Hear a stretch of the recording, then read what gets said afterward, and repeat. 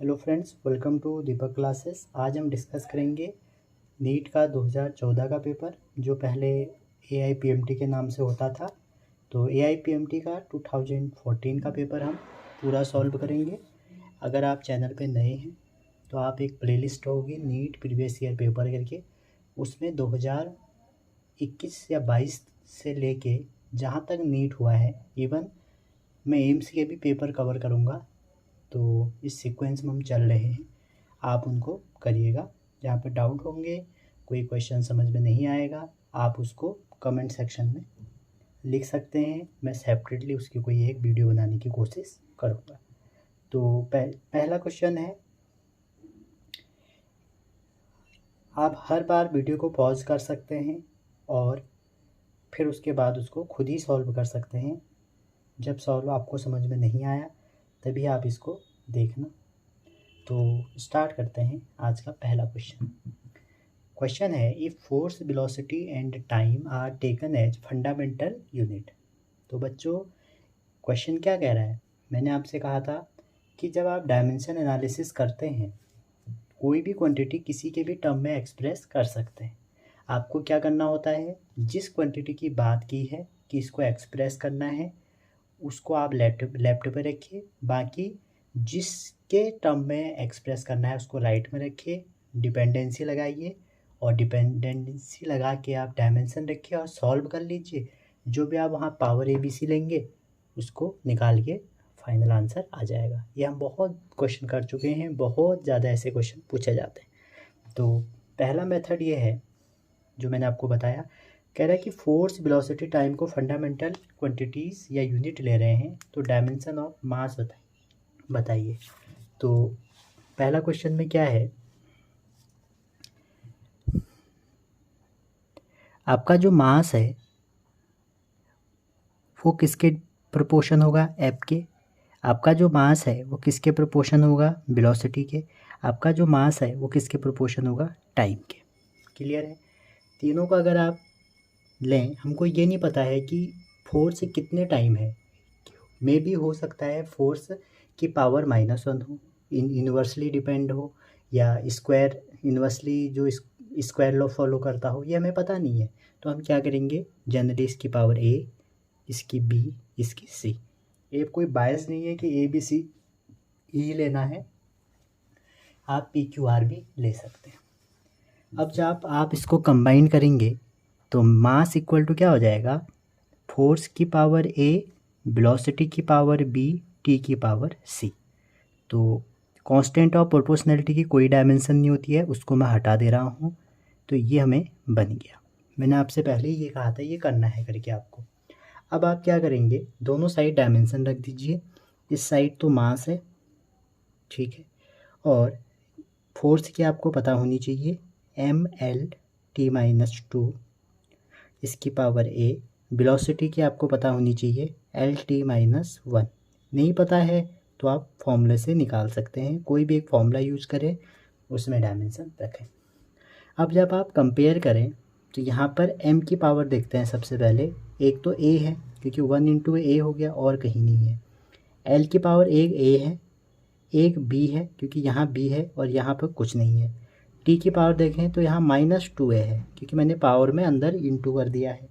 यहाँ T की power -B है और यहाँ T की पावर C है। तो अगर मल्टीप्लाई में होती है क्वांटिटी तो उनकी पावरें ऐड हो जाती हैं, इसलिए मैं उनको ऐड कर रहा हूँ, ठीक है। अब आप इसको कंपेयर करें अगर, तो यहाँ पे देखें आप, मास की पावर 1 है तो A की वैल्यू 1 हो जाएगा।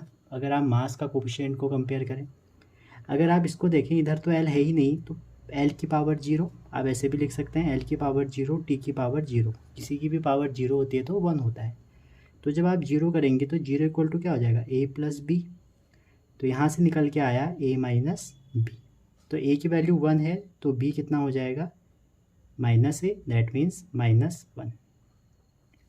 Third, -2A - B + C equal to 0 हो गया। अब A की पावर 1 है तो A 1 है तो हमने 1 रख दिया, B -1 है तो +1 हो जाएगा, एंड C इक्वल टू 0। तो C की वैल्यू, ये तो -1 आएगा, उधर जाएगा तो +1, तो जो भी आपके एक्सपोनेंट आए हैं, जो पावर आए हैं, इस पावर को आप यहाँ रख दीजिए इस वाले फॉर्मूले में, ठीक है।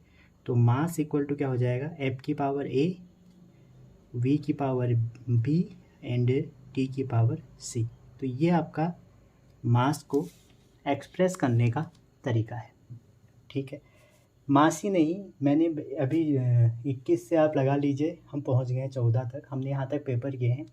तो मैं देख रहा हूँ हर साल ऐसे क्वेश्चन पूछे जा रहे हैं, ठीक है। ये आइडेंटिकल तरीका है जिसको आप यूज़ कर सकते हैं। एक मेथड और बताता हूँ मैं, जो थोड़ा शॉर्टकट है लेकिन कंसेप्चुअल है, समझने लायक है। देखिए, आपको मास को एक्सप्रेस करना है फोर्स, वेलोसिटी, टाइम के फॉर्म में। तो आपको ये पता होगा F इक्वल टू क्या होता है, ma, न्यूटन का सेकंड लॉ। तो मास इक्वल टू क्या हो जाएगा, फोर्स इनटू एक्सेलरेशन, ठीक है। अब एक्सेलरेशन तो हमारी फंडामेंटल क्वांटिटी नहीं है, फोर्स है ना। तो जो हमें फंडामेंटल दिया है उसको हम छोड़ देंगे। हमें फोर्स तो दिया है तो फोर्स को आप मत खोलिए। एक्सेलरेशन नहीं है तो एक्सेलरेशन को कोशिश करिए कि वेलोसिटी टाइम में कन्वर्ट कर लिया जाए।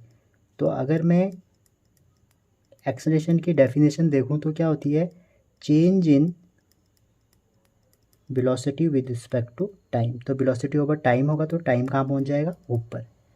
तो आप देख सकते हैं जब मैं इस फॉर्मूले को ड्राइव कर रहा हूँ तो ये एफ है, ये टी है और ये v-1 है, ठीक है। तो आप यहाँ से 1 सेकेंड में निकाल सकते हैं। तो इसको लेकिन आप तभी निकाल सकते हैं जब फॉर्मूला आपके कवर में हो, आप उसको ईजिली एक्सप्रेस कर पाएँ। अदरवाइज आप ये लगाइए, हमेशा आंसर आएगा। Next question, projectile is fired. फिर वही मैं बार बार रिपीट नहीं करूँगा, आप हर क्वेश्चन करने से पहले एक पॉज मान लीजिए, खुद अटैम्प्ट करिए, 2-3 बार सोचिए। जब नहीं आ रहा है तो आप मेरी वीडियो पे आइए, क्वेश्चन पे आइए और समझिए कि मैं कहाँ पर गलती कर रहा था। तो क्वेश्चन है, और projectile is fired from the surface of earth with velocity 5 metre per second and angle theta with horizontal.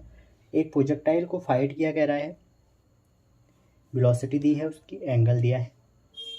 Another projectile fire from the another planet, ठीक है। एक तो अर्थ के सरफेस से फेंका है, दूसरा कह रहा है कि जो सेकंड प्रोजेक्टाइल है उसको हमने एक प्लेनेट से फेंका है, ठीक है, जिसकी वेलोसिटी 3 मीटर पर सेकेंड है और सेम एंगल है।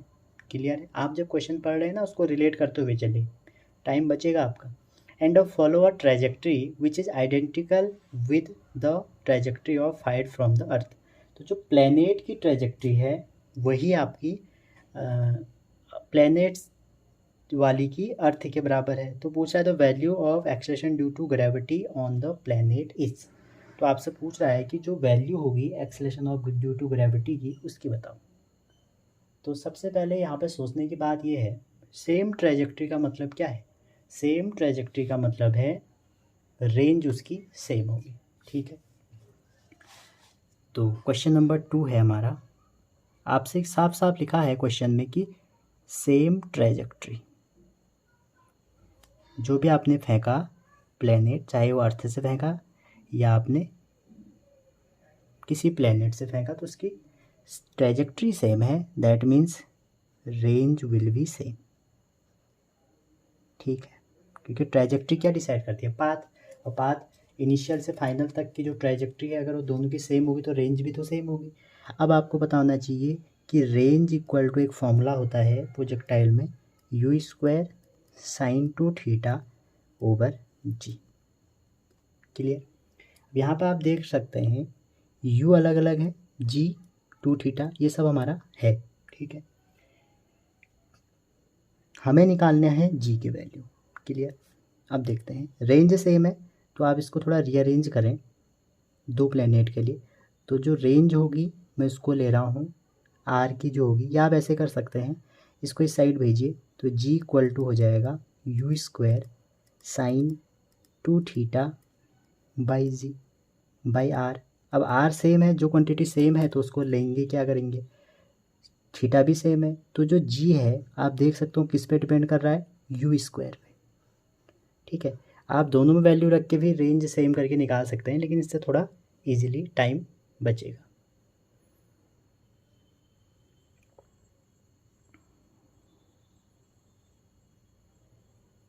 तो जी यू स्क्वायर के बराबर होगा।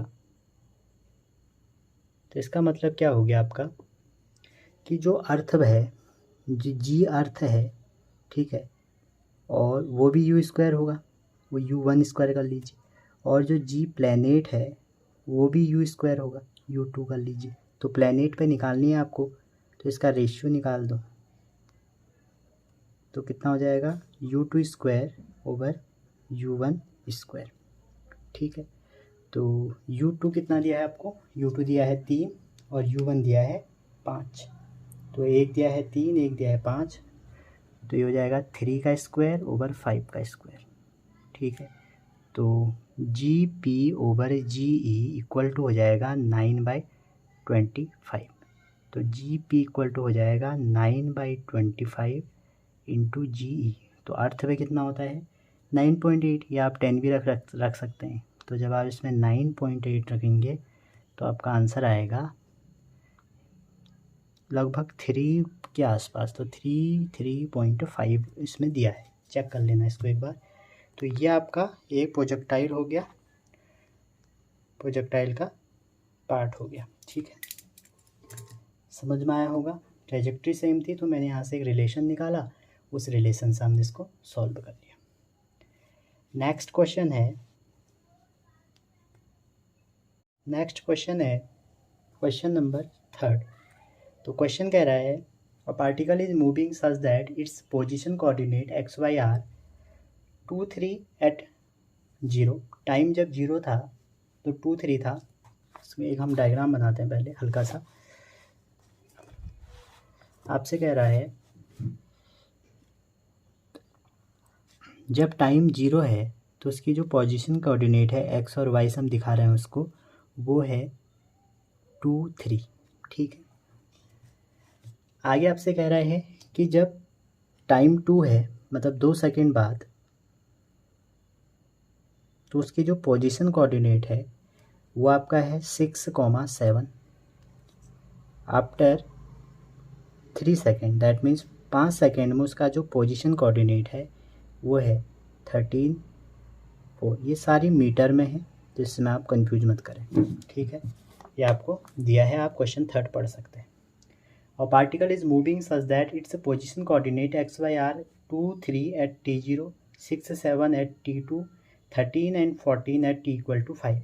तो क्वेश्चन पूछ रहा है आपसे average velocity from T0 to T5। तो आपकी पूरी कंप्लीट जर्नी में आपको उसकी एवरेज वेलोसिटी निकालनी है। और एक बात बताऊँ मैं आपको, आप देख सकते हैं आंसर किस में है, आंसर आपका IJ के फॉर्म में है। तो इसका मतलब आप क्या समझे, सबसे पहले आप मुझे बताइए एवरेज वेलोसिटी का फॉर्मूला क्या होता है, ठीक है। तो एवरेज वेलोसिटी इक्वल टू आपको पता होना चाहिए change in displacement, change in distance कर लीजिए, ठीक है। ये चेंज इन पोजीशन करेंगे ज़्यादा सही रहेगा, ठीक है। या आप इसको डिस्प्लेसमेंट भी लिख सकते थे, और ओवर टोटल टाइम को मैंने डेल्टा टी लिखा। अब देखो 0 से 5 तक में टोटल टाइम क्या होगा, टोटल टाइम तो भैया 5 ही होगा, 5 - 0। अब हमें पोजीशन निकालनी है, तो डिस्प्लेसमेंट इक्वल टू क्या होता है, डिस्प्लेसमेंट इक्वल टू होता है final position minus initial position. Final कितनी है, IJ के फॉर्म अगर इसको लिखें तो क्या हो जाएगा 13I + 14J, ठीक है। I एक्सिस के along unit vector I cap, X axis के, Y एक्सिस के J cap, minus X axis में देखें तो 2I + 3J। तो जब आप इसको माइनस करें 13 में से 2 माइनस किया तो 11, 14 में से प्लस है तो माइनस हो जाएगा अगेन 11। तो इसका आंसर हो जाएगा ये वाला। तो करेक्ट ऑप्शन जो है इसका आप देख सकते हैं, क्वेश्चन 4th ऑप्शन इसका करेक्ट हो गया, ठीक है। नेक्स्ट क्वेश्चन है question number 4। Correct, your system consist of 3 mass M1 M2 M3 connected by a string passing over a pulley P and M1 hang freely, M2 and M3 are rough horizontal table. Rough बता दिया तो इसका मतलब है कुछ ना कुछ friction होना है। तो क्वेश्चन कह रहा है कि पुली जो है वो फ्रिक्शनलेस है। जनरली आपके एग्जाम में पुली फ्रिक्शनलेस ही होती है। पुली मीन्स ये वाला पार्ट। तो पूछ रहा है कि जो डाउनवर्ड एक्सेलरेशन है ऑफ मास M1 इज, तो M1 का जो डाउनवर्ड एक्सेलरेशन होगा, एक तरीका इसको करने का है कि आप FBD लगाएं। वो मैं नहीं करूँगा, यहाँ पे आप कर सकते हैं। जब मैं अपनी जेई की सीरीज आगे ले जाऊँगा उसमें मैं इसको अच्छे से करवा दूँगा FBD से एक एक क्वेश्चन। यहाँ पे आपको मैं बताऊँ, जो एक्सेलरेशन होगा, जो आपका क्वेश्चन नंबर 4 है, एक्सेलरेशन आपको पता होगा न्यूटन के सेकंड लॉ से हमको पता है कि जो नेट फोर्स होगा, और कहाँ को हमें निकालना पड़ेगा नेट फोर्स, डाउनवर्ड, क्योंकि M1 हमारा नीचे को हैंगे तो एक्सेलरेशन नीचे को होगा ओवर टोटल मास, यही तो होगा। ठीक है, ज़्यादा दिमाग इसमें लगाना नहीं था। अब टोटल मास तो आप देख ही लोगे कितना होगा, M1 plus M2 plus M3। ठीक है, अब नेट एक्सेलरेशन कह रहा है, देखिए एक तो इसका लगेगा, ये वाला पार्ट का कितना लगेगा, M1G, तो नीचे को लगेगा, तो मैं इसको M1G कर लेता हूँ। ठीक, अब देखिए बाकी जो नेट हमारा फोर्स है FMG के, इस पे जो हमारा लगेगा वो फ्रिक्शन है, वो इस साइड लगेगा। ठीक है, तो प्लस म्यू, फ्रिक्शन आपका क्या होता है, आपका फ्रिक्शन होगा म्यू आर। ठीक है, प्लस म्यू, इसको मैं R1 कर लेता हूँ, म्यू R2, क्योंकि म्यू तो दोनों में सेम है, इसका मैंने नॉर्मल रिएक्शन R1 मान लिया, इसका R2। अब जब भी कोई ब्लॉक को आप ब्रेक करते हो, जैसे मास M है, तो इसका R कहाँ को लगेगा, ऊपर को, और MG जस्ट परपेंडिकुलर। ठीक, तो इसका अगर आप देखें M1, अब फ्रिक्शन तो अपोजिट डायरेक्शन में लगता है, तो ये भी नेगेटिव होगा और ये भी नेगेटिव होगा। ठीक है, तो M1G तो प्लस माइनस माइनस, म्यू तो म्यू ही रहने दिया हमने। ठीक है, R की जगह क्या रख दिया, M2G माइनस, ये माइनस था, म्यू इसकी जगह रख दिया हमने M3G over some of mass में M1 M2 M3 ना लिख के, तीनों सेम दिए तो इसको M ले ले, 3M ले लेता हूँ। ठीक है, अब आप सबकी वैल्यू रख दीजिए, आपका आंसर आ जाएगा। तो M1 M2 M3 तो सेम है, तो MG में कॉमन ही ले लेता हूँ, तो 1 माइनस म्यू, ये तो हो जाएगा, तो ये हो जाएगा ओवर 3M, M से M कट गया, तो हो जाएगा G/3 1 माइनस 2 म्यू। देखो कितना शॉर्टकट था, अगर आपने थोड़ा दिमाग लगाया, क्योंकि इसका एक्सेलरेशन नीचे को लगेगा और इसका अपोजिट लगेगा। जो फ्रिक्शन लगता है वो मोशन के अपोजिट लगता है, तो अपोजिट लगेगा तो इस साइड को लगेगा, तो हमें वो माइनस करना पड़ेगा। FBD में हमें सारे एक ही डायरेक्शन में लाने पड़ते हैं एक्सेलरेशन ऑफ मोशन की तरफ। ठीक है, next question number 5, the force acting on a particle of mass M is indicated by force time graph. अच्छा, कुछ इंपॉर्टेंट टर्म है, जैसे मैं आपको बताऊं कि इस ग्राफ का एरिया क्या होता है। जैसे आपको पता होगा कि वेलोसिटी टाइम ग्राफ का एरिया डिस्टेंस या डिस्प्लेसमेंट होता है। अगर आप विद साइन लोगे तो डिस्प्लेसमेंट निकलेगा, जो भी क्वांटिटी है। अगर आप सारे पॉजिटिव लोगे तो आपका डिस्टेंस निकलेगा। ठीक है, यहाँ पे हमें अब वैसे ही वेलोसिटी टाइम हो गया, वैसे ही फोर्स और डिस्प्लेसमेंट का आप अगर एरिया निकालोगे तो फोर्स और डिस्प्लेसमेंट का निकलता है आपका वर्क। ठीक है, वैसे ही आप देखें थर्मोडाइनमिक्स में, अगर आप PV ग्राफ का एरिया निकालोगे साइक्लिक प्रोसेस में, उसका जो एरिया होगा वो वर्क को दिखाएगा। सिमिलरली जो area under force time graph है वो हमारा चेंज इन मोमेंटम को दिखाता है। ठीक है, आप इस बात को याद रखें, इम्पॉर्टेंट है।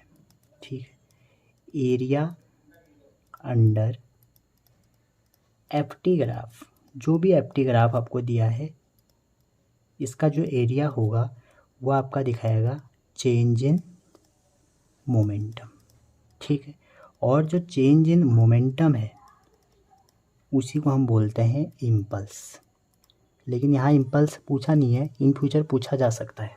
ठीक है, हमें क्या पूछा है, हमें पूछा है कि 0 से लेके 8 सेकेंड तक चेंज इन मोमेंटम बताइए। तो अब आप एरिया तो निकालना है, तो पहले 0 से 2 निकालिए। ट्रायंगल है, ट्रायंगल का एरिया होता है हाफ हाइट इंटू बेस, तो पहले का क्या हो जाएगा, हाफ एरिया निकालेंगे तो हाइट है आपकी 6 और बेस है 2, ठीक है, प्लस सेकंड पार्ट है ये विद कोऑर्डिनेट लेते हैं जब भी आप एरिया निकालोगे। डिस्टेंस और डिस्प्लेसमेंट मैंने आपको बता दिया, डिस्टेंस में सारे पॉजिटिव लेते हैं, अदरवाइज जो भी आपको दिया है डेटा आप वैसा लोगे। यहाँ कितना है, 2 से 4 कितना हो जाएगा, 2 रेक्टेंगल है, और नीचे कितना है -3, ये -3 तक गया है। 4 से 8 अगेन ये आपका है 4, और 4 से लेके ऊपर 3 तक गया है, तो ये आपका रेक्टेंगल हो गया, ये आ गया।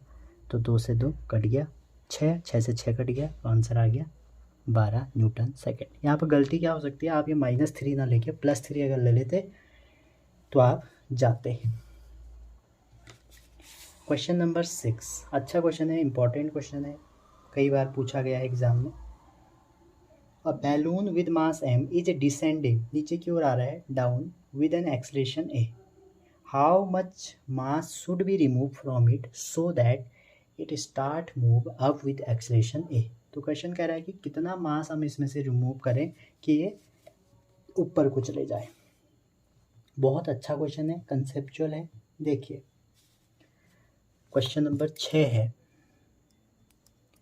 पहले हम बात करते हैं डाउनवर्ड मोशन की, क्योंकि बैलून सबसे पहले नीचे को आ रहा था। तो डाउनवर्ड मोशन में आप देखिए, ये आपका बैलून मान लीजिए, ड्राइंग अच्छी नहीं है मेरी तो बैलून बनाता है एक, ये मान लो बैलून है। तो जो बैलून में अब थ्रस्ट होगा एयर का, ठीक है, वो एफ ऊपर को होगा, ठीक। अब देखिए नीचे को आ रहा है, दैट मीन्स इसका एक्सेलेरेशन इस केस में कहाँ को है, नीचे को है। तो जब हम इसमें एफ लगाएंगे तो एम ए इक्वल टू क्या हो जाएगा, इसका वेट भी होगा, कुछ मास होगा, एम नीचे को ही होगा, एम जी, ठीक है, एम जी माइनस ऊपर को जो अब थ्रस्ट लग रहा है, ये तो होगा। लेकिन क्वेश्चन ये कह रहा है कि इसको ऊपर को भगाना है, ठीक है, अपवर्ड करना है इसका मोशन। तो अपवर्ड करना है तो इसमें से कुछ मास को हमें निकालना पड़ेगा। तो मैं क्या करता हूँ, अपवर्ड मोशन में क्या करें, जो हमारा ये वैल्यू है, ठीक है, इसमें से अगर कुछ मास हटा दें, दैट मीन्स एम में से कुछ हटा दें, मान लो मैंने डेल्टा एम हटा दिया, एम में से डेल्टा एम हटा दिया, तो यहाँ भी हटाना पड़ेगा क्योंकि वेट भी कम हो जाएगा। तो एम में से डेल्टा एम हट गया, ठीक है, और आपका एफ ए था, ठीक। अपवर्ड मोशन है तो ये पॉजिटिव, ये नेगेटिव, क्लियर। तो ये वाला पार्ट नेगेटिव हो जाएगा, ये पॉजिटिव। अब यहाँ डाउनवर्ड हो जाएगा बैलून, अपवर्ड हो जाएगा तो एक्सलेशन ये हो जाएगा, अब थ्रस्ट ये हो जाएगा, अपोजिट लगता है, ठीक है।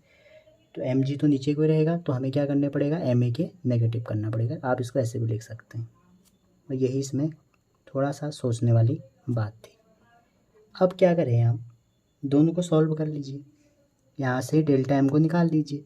तो यहाँ से क्या है, m a minus delta m a equal to ये, और एफ ए की वैल्यू ये रख लीजिए।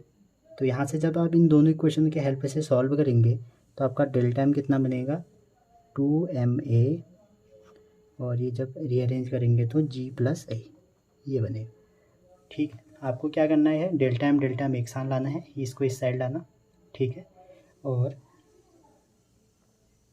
डेल्टा एम के साथ ए भी होगा, ये गलती से हो गया, ठीक है। तो ये नहीं, ये नहीं होगा, ये ठीक है, ठीक है, जी होगा यहाँ पे, जी, क्योंकि जी है ना, एम जी लिखना भूल गया था, जी होगा। तो इसको यहाँ लाओगे, इसको अरेंज करोगे तो ये आ जाएगा। नेक्स्ट क्वेश्चन है क्वेश्चन नंबर 7, ठीक है, मतलब हमें मास रिमूव करना था, तो मैंने क्या किया, एफबीडी लगाई डाउनवर्ड मोशन के लिए, और दोनों में से उतना कम कर लिया। और बॉडी ऑफ मास इतना is lying in x y plane at rest, 4m है, 4 metre, body of mass 4 metre is lying, ठीक हो गया। It suddenly explode into 3 part, 2 piece each of mass m move perpendicular to each other, दो तो इसके perpendicular भागे with speed v, ठीक है, 2 पीस जो हैं जिनके मास के mm है वो ये भागे। तो कह रहे तो kinetic energy generated due to explosion is, तो काइनेटिक एनर्जी कितना एक्सप्लोड होगी।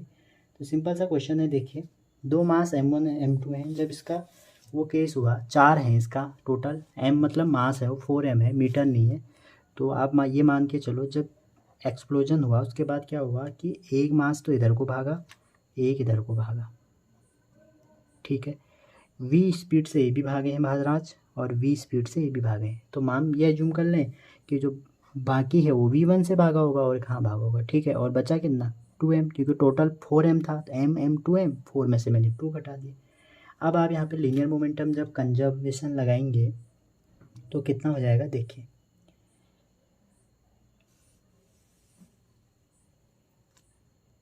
लीनियर मोमेंटम कंजर्वेशन और लीनियर मोमेंटम लगाते हैं अगर, कंजर्वेशन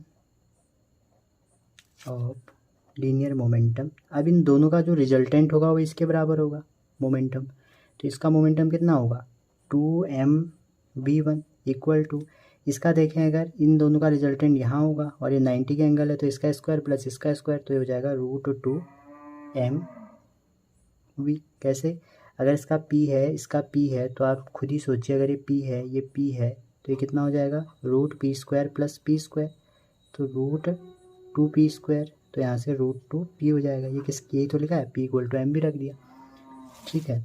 तो यहाँ से आपका v1 निकल जाएगा, v1 हो जाएगा आपका v/√2, 2 नीचे आएगा तो 2 से 2 रूट टाइम्स कैंसिल होगा।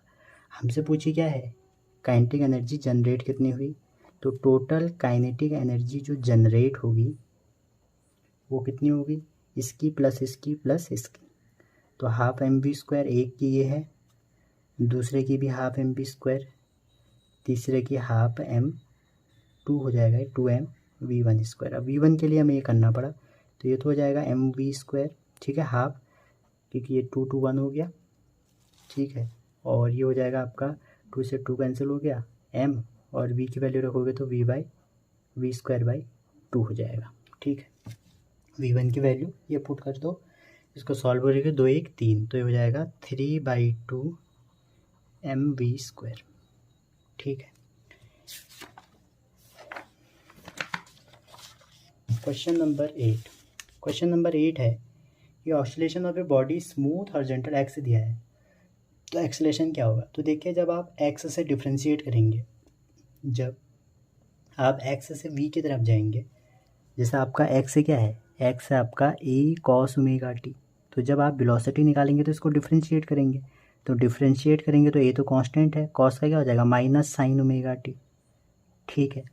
तो हम इसको ऐसे भी तो लिख सकते हैं a cos 90 + ω t। अगेन इसको फिर डिफ्रेंशिएट करेंगे तो ये क्या हो जाएगा, ये माइनस था तो ये हो जाएगा -a sin cos ω t, ठीक है। तो एक्सेलेरेशन क्या हो जाएगा a cos ω t + पाई, क्योंकि पाई में साइन चेंज नहीं होता, ठीक है। तो आप देख सकते हैं जब हम फेज निकालते हैं तो ये सेम होना चाहिए, कॉस है तो ये भी कॉस होना चाहिए, साइन में नहीं चलेगा। तो जब भी SHM होता है, ये तो ऑसिलेशन है, तो आपका यहाँ पे तो ये ऑसिलेशन ही दिखा रहा है, SHM ही दिखा रहा है। तो एक्स से वी में कितना फेज है 90 का, और एक्स से ए में कितना फेज है पाई का, तो पाई में मीन्स इसका बिल्कुल रिवर्स हो जाना चाहिए। तो इसका रिवर्स ये तो बन सकता है, तो ऊपर है, तो पाई में हमारा ये 0 से शुरू हो रहा है, तो इसका जो सही आंसर होगा पाई में हमारा वो कौन सा होगा, थर्ड वाला, ये वाला, ये नेगेटिव में, क्योंकि 0 से स्टार्ट नहीं हो सकता, फेज डिफरेंस यहाँ से -पाई, तो थर्ड वाला इसका सही है।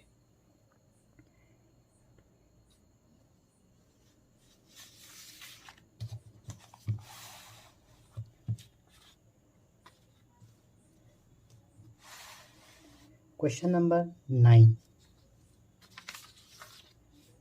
9 देखिए, वो कह रहा है कि a solid cylinder of mass 50 kg and a radius 0.5 meter is free to rotate about horizontal axis. A massless string is wound around the cylinder with one end attached to it, other hanging freely. Tension in string required to produce angular acceleration of 2 revolution is.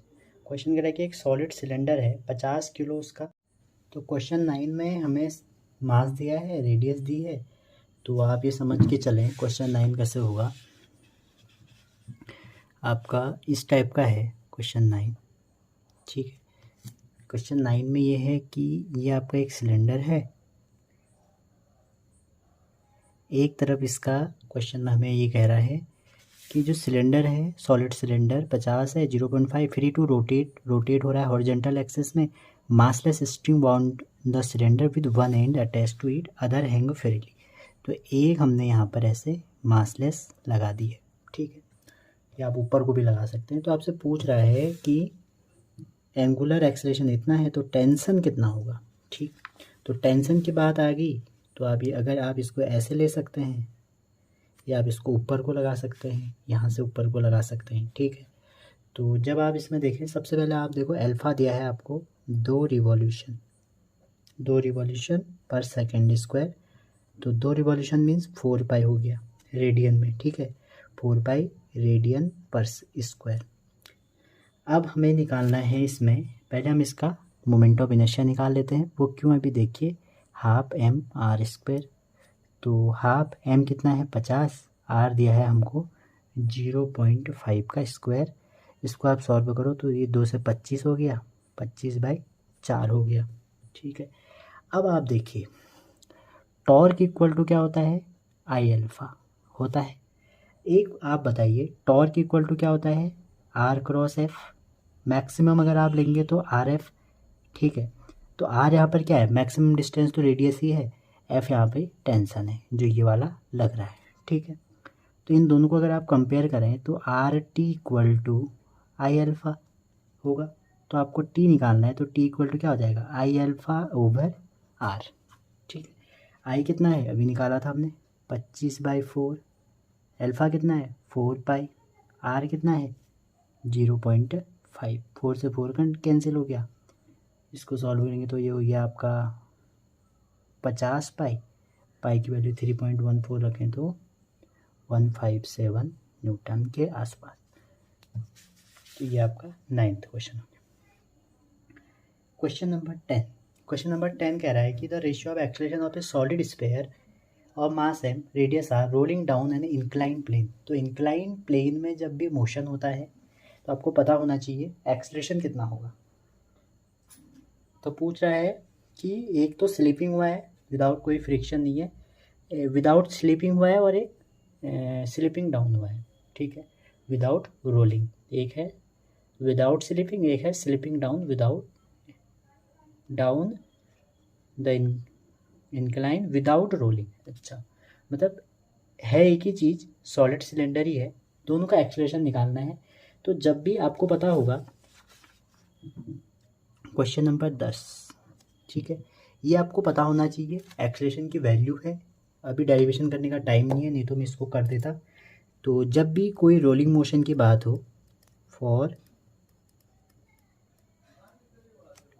Rolling motion, अगर आपका rolling motion की बात है उसमें क्या है, without slipping कहे, अगर रोलिंग मोशन में विदाउट स्लिपिंग कहे, और ये बात कहाँ हो रही है, इंक्लाइंड प्लेन पे। ये फॉर्मूले हैं, वैसे तो एक डेरिवेशन था छोटा सा, आपने 11th में पढ़ा होगा, A1 ले लेता हूँ, वो होता है जी साइन थीटा अपॉन 1 + k²/r²। ये जो k²/r² है सबके लिए अलग अलग होता है, ठीक है, k²/r² सबके लिए अलग अलग होता है। हमारा यहाँ पे क्या है, सॉलिड स्फीयर, तो इसके लिए 2/5 होता है। नापता क्या है, इनर्शिया, ठीक।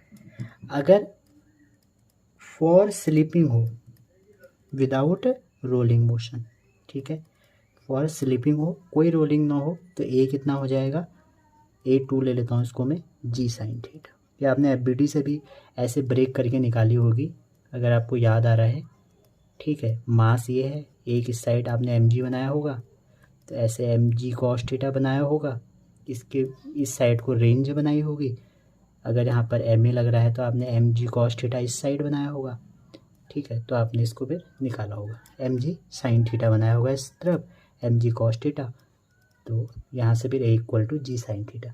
तो आपसे पूछा है कि इनका रेशियो निकालो, तो रेशियो जब निकालेंगे तो डिवाइड कर दीजिए भैया। तो डिवाइड कैसे होगा, A1/A2, तो g sin थीटा से तो g sin थीटा कैंसिल हो जाएगा, तो बचेगा क्या, k²/r²। और मैंने आपको बताया इसके लिए इतना होता है, तो 1/2/5 5, तो ये हो जाएगा 7/5, उल्टा कर दो तो 5/7। अच्छा क्वेश्चन था। आपसे मैं अगर बताऊं motion on a incline plane, जरूर याद करके जाना, पूरा सीख के जाना, फॉर्मूले रट्टा मार के जाना, क्वेश्चन जरूर आएगा वहाँ से। क्वेश्चन नंबर 11, तो आपसे कह रहा है 11, बहुत इंटरेस्टिंग क्वेश्चन है 11, कि अ black hole is an object whose gravitational field is so strong even light cannot escape from it. To what approximate radius would Earth have compressed to a black hole? तो अगर अर्थ black hole हो, अगर कोई अर्थ हमारी black hole की तरह behave करेगी, question number 11 for, ये बहुत कंसेप्चुअल क्वेश्चन था, for earth to be black hole, अगर अर्थ हमारी ब्लैक होल की तरह बिहेव करेगी, बहुत बड़ा टॉपिक है ब्लैक होल, तो इसमें एस्केप वेलोसिटी जो होगी हमारी अर्थ की, वो किसके बराबर होगी? Speed of light. ठीक है, जो भी प्लैनेट ऐसे बिहेव करेंगे उसकी escape velocity speed of light के बराबर होनी चाहिए। तो इसकी कितनी होती है? 2gm/r equal to c। तो आपसे पूछा क्या गया है? r, तो आप रीअरेंज करें, स्क्वायर कर दे दोनों साइड, तो 2gm/r इक्वल टू c²। तो आपका जो r हो जाएगा वो हो जाएगा 2gm/c²। तो g की वैल्यू रखिए, m की रखिए, c की रखिए, तो हो जाएगा 2, और g की वैल्यू है आपकी 6.6 10⁻⁻11। मास आपको दिया है उसमें 5.98 इंटू 10⁻24 ओवर c होता है 9 इंटू 10⁻16। ठीक है, वैसे 3 इंटू 10⁸ होता है, मैंने स्क्वायर कर दिया। जब इसको सॉल्व करेंगे तो ये लगभग आपका अप्रॉक्सीमेटली 8.86 इंटू 10⁻⁻ समथिंग आएगा ऐसा। तो आपका इसका आंसर ये हो जाएगा। ठीक है, अगला क्वेश्चन है dependency of intensity of gravitational field of earth with distance. तो जो जी होता है आपको पता होना चाहिए। तो जो जी की वैल्यू है, ग्रेविटेशनल फील्ड की वैल्यू है, वो एक फॉर्मूला है, बहुत इंपॉर्टेंट है, और बिल्कुल इसकी तरह है जैसे इलेक्ट्रिक फील्ड में होता था नॉन यूनिफॉर्म के केस में। तो जी इक्वल टू हमारा जो फॉर्मूला है ग्रेविटेशनल फील्ड का, वो एक तो नेगेटिव होता है, इलेक्ट्रिक फील्ड में क्या होता है? पॉजिटिव। आर रेडियस है, ये वाली आर डिस्टेंस है, कहाँ? जब आर छोटा हो, मतलब रेडियस से अंदर हो, और रेडियस से अगर आप बाहर चले गए तो जी एम ओवर छोटा आर है, और यहाँ पे आर वेक्टर, कब? जब आर बाउंड्री या उससे बाहर पहुँच गए। तो आपने देखा होगा जी और आर की डिपेंडेंसी यहाँ पे क्या होगी? अंदर जब आप लोगे जी और आर की, तो अंदर तो ये होगी, ये कब होती? जब पॉजिटिव था, ये होगी, और आगे जब आर के बाद देखोगे आप तो फिर ऐसे होगी। ठीक है, ये ऊपर होते, लेकिन आगे से क्या है? नेगेटिव है। तो करेक्ट ऑप्शन आपका क्या हो जाएगा? करेक्ट ऑप्शन देखिए, फोर्थ तो नहीं हो सकता, सेकंड भी नहीं हो सकता, फर्स्ट एंड थर्ड में से एक होगा। तो आपका जो सही ऑप्शन होगा वो फर्स्ट होगा। ठीक है, थर्ड क्यों नहीं होगा? क्योंकि ये लाइन कर्व है, जबकि सीधी होनी चाहिए, ये वाली लाइन सीधी होनी चाहिए। और ये हमारा इलेक्ट्रिक फील्ड में भी है। इलेक्ट्रिक फील्ड में जो कर्व होता है, इलेक्ट्रिक फील्ड में हमारा ऐसे होता है, ये अगर आपको याद है, ई और आर का। ठीक है, नॉन यूनिफॉर्म के लिए क्लियर है। अब यहाँ जी है, ग्रेविटी क्या है? तो ग्रेविटी में जब आप निकालोगे तो वो ऐसे होता है, ये पूरा नीचे हो जाता है, नेगेटिव है तो ग्राफ शिफ्ट हो जाएगा।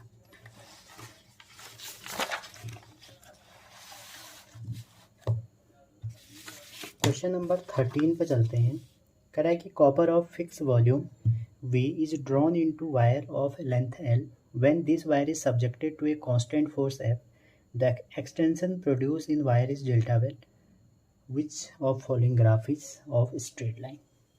तो क्वेश्चन हमारा कह रहा है आपने V को जब खींचा, L लेंथ थी उसकी कांस्टेंट फोर्स से, तो वो डेल्टा L हो गई लेंथ। ठीक है, तो आपने एक फॉर्मूला पढ़ा होगा, ये आपका स्ट्रेस और स्ट्रेन वाले चैप्टर से क्वेश्चन है। ठीक है, वहीं हमने ये चीज़ें पढ़ी थी। तो आपने पढ़ा होगा gamma Young modulus equal to stress over strain, अगर आपको थोड़ा सा भी याद है तो स्ट्रेस होता है फोर्स ओवर एरिया हो गया, और स्ट्रेन होता है आपका change configuration over original configuration. अब यहाँ से आप इसको थोड़ा रीअरेंज करें, सॉल्व करें तो क्या हो जाएगा, F L A delta L. ठीक, अब हमें स्ट्रेट लाइन ग्राफ बनाना है तो हमको तो ये वाला ग्राफ चाहिए, तभी हमें स्ट्रेट लाइन बनेगा। किसके किसके बीच में, डेल्टा एल के वर्सेस किसके भी, यहाँ हमें ऑप्शन में दिया है, यहाँ से हम चेक करेंगे। तो पहले डेल्टा एल को एक साइड लेते हैं, तो डेल्टा एल इक्वल टू हो जाएगा एफ एल ओवर ए गामा। तो स्ट्रेट लाइन ग्राफ किसके बीच बनेगा, डेल्टा एल तो है ही एल के बीच में, तो डेल्टा एल और एल के बीच में अगर आप ग्राफ बनाओगे तो वो स्ट्रेट लाइन बनेगा। लेकिन आप देख सकते हैं यहाँ ऑप्शन में तो एल स्क्वायर है, तो एल स्क्वायर कैसे आया, एल स्क्वायर इसलिए आया, आपको पता होगा वॉल्यूम इक्वल टू क्या होता है, वॉल्यूम इक्वल टू होता है एरिया इनटू लेंथ। तो जो एरिया हो जाएगा वो क्या हो जाएगा, वॉल्यूम ओवर लेंथ। तो यहाँ रख देंगे तो F L over volume over length gamma, तो हो जाएगा F L square volume into gamma. ठीक है, तो इसलिए ये एल स्क्वायर हुआ। ये इंपॉर्टेंट रिलेशन है, आपको पता होना चाहिए।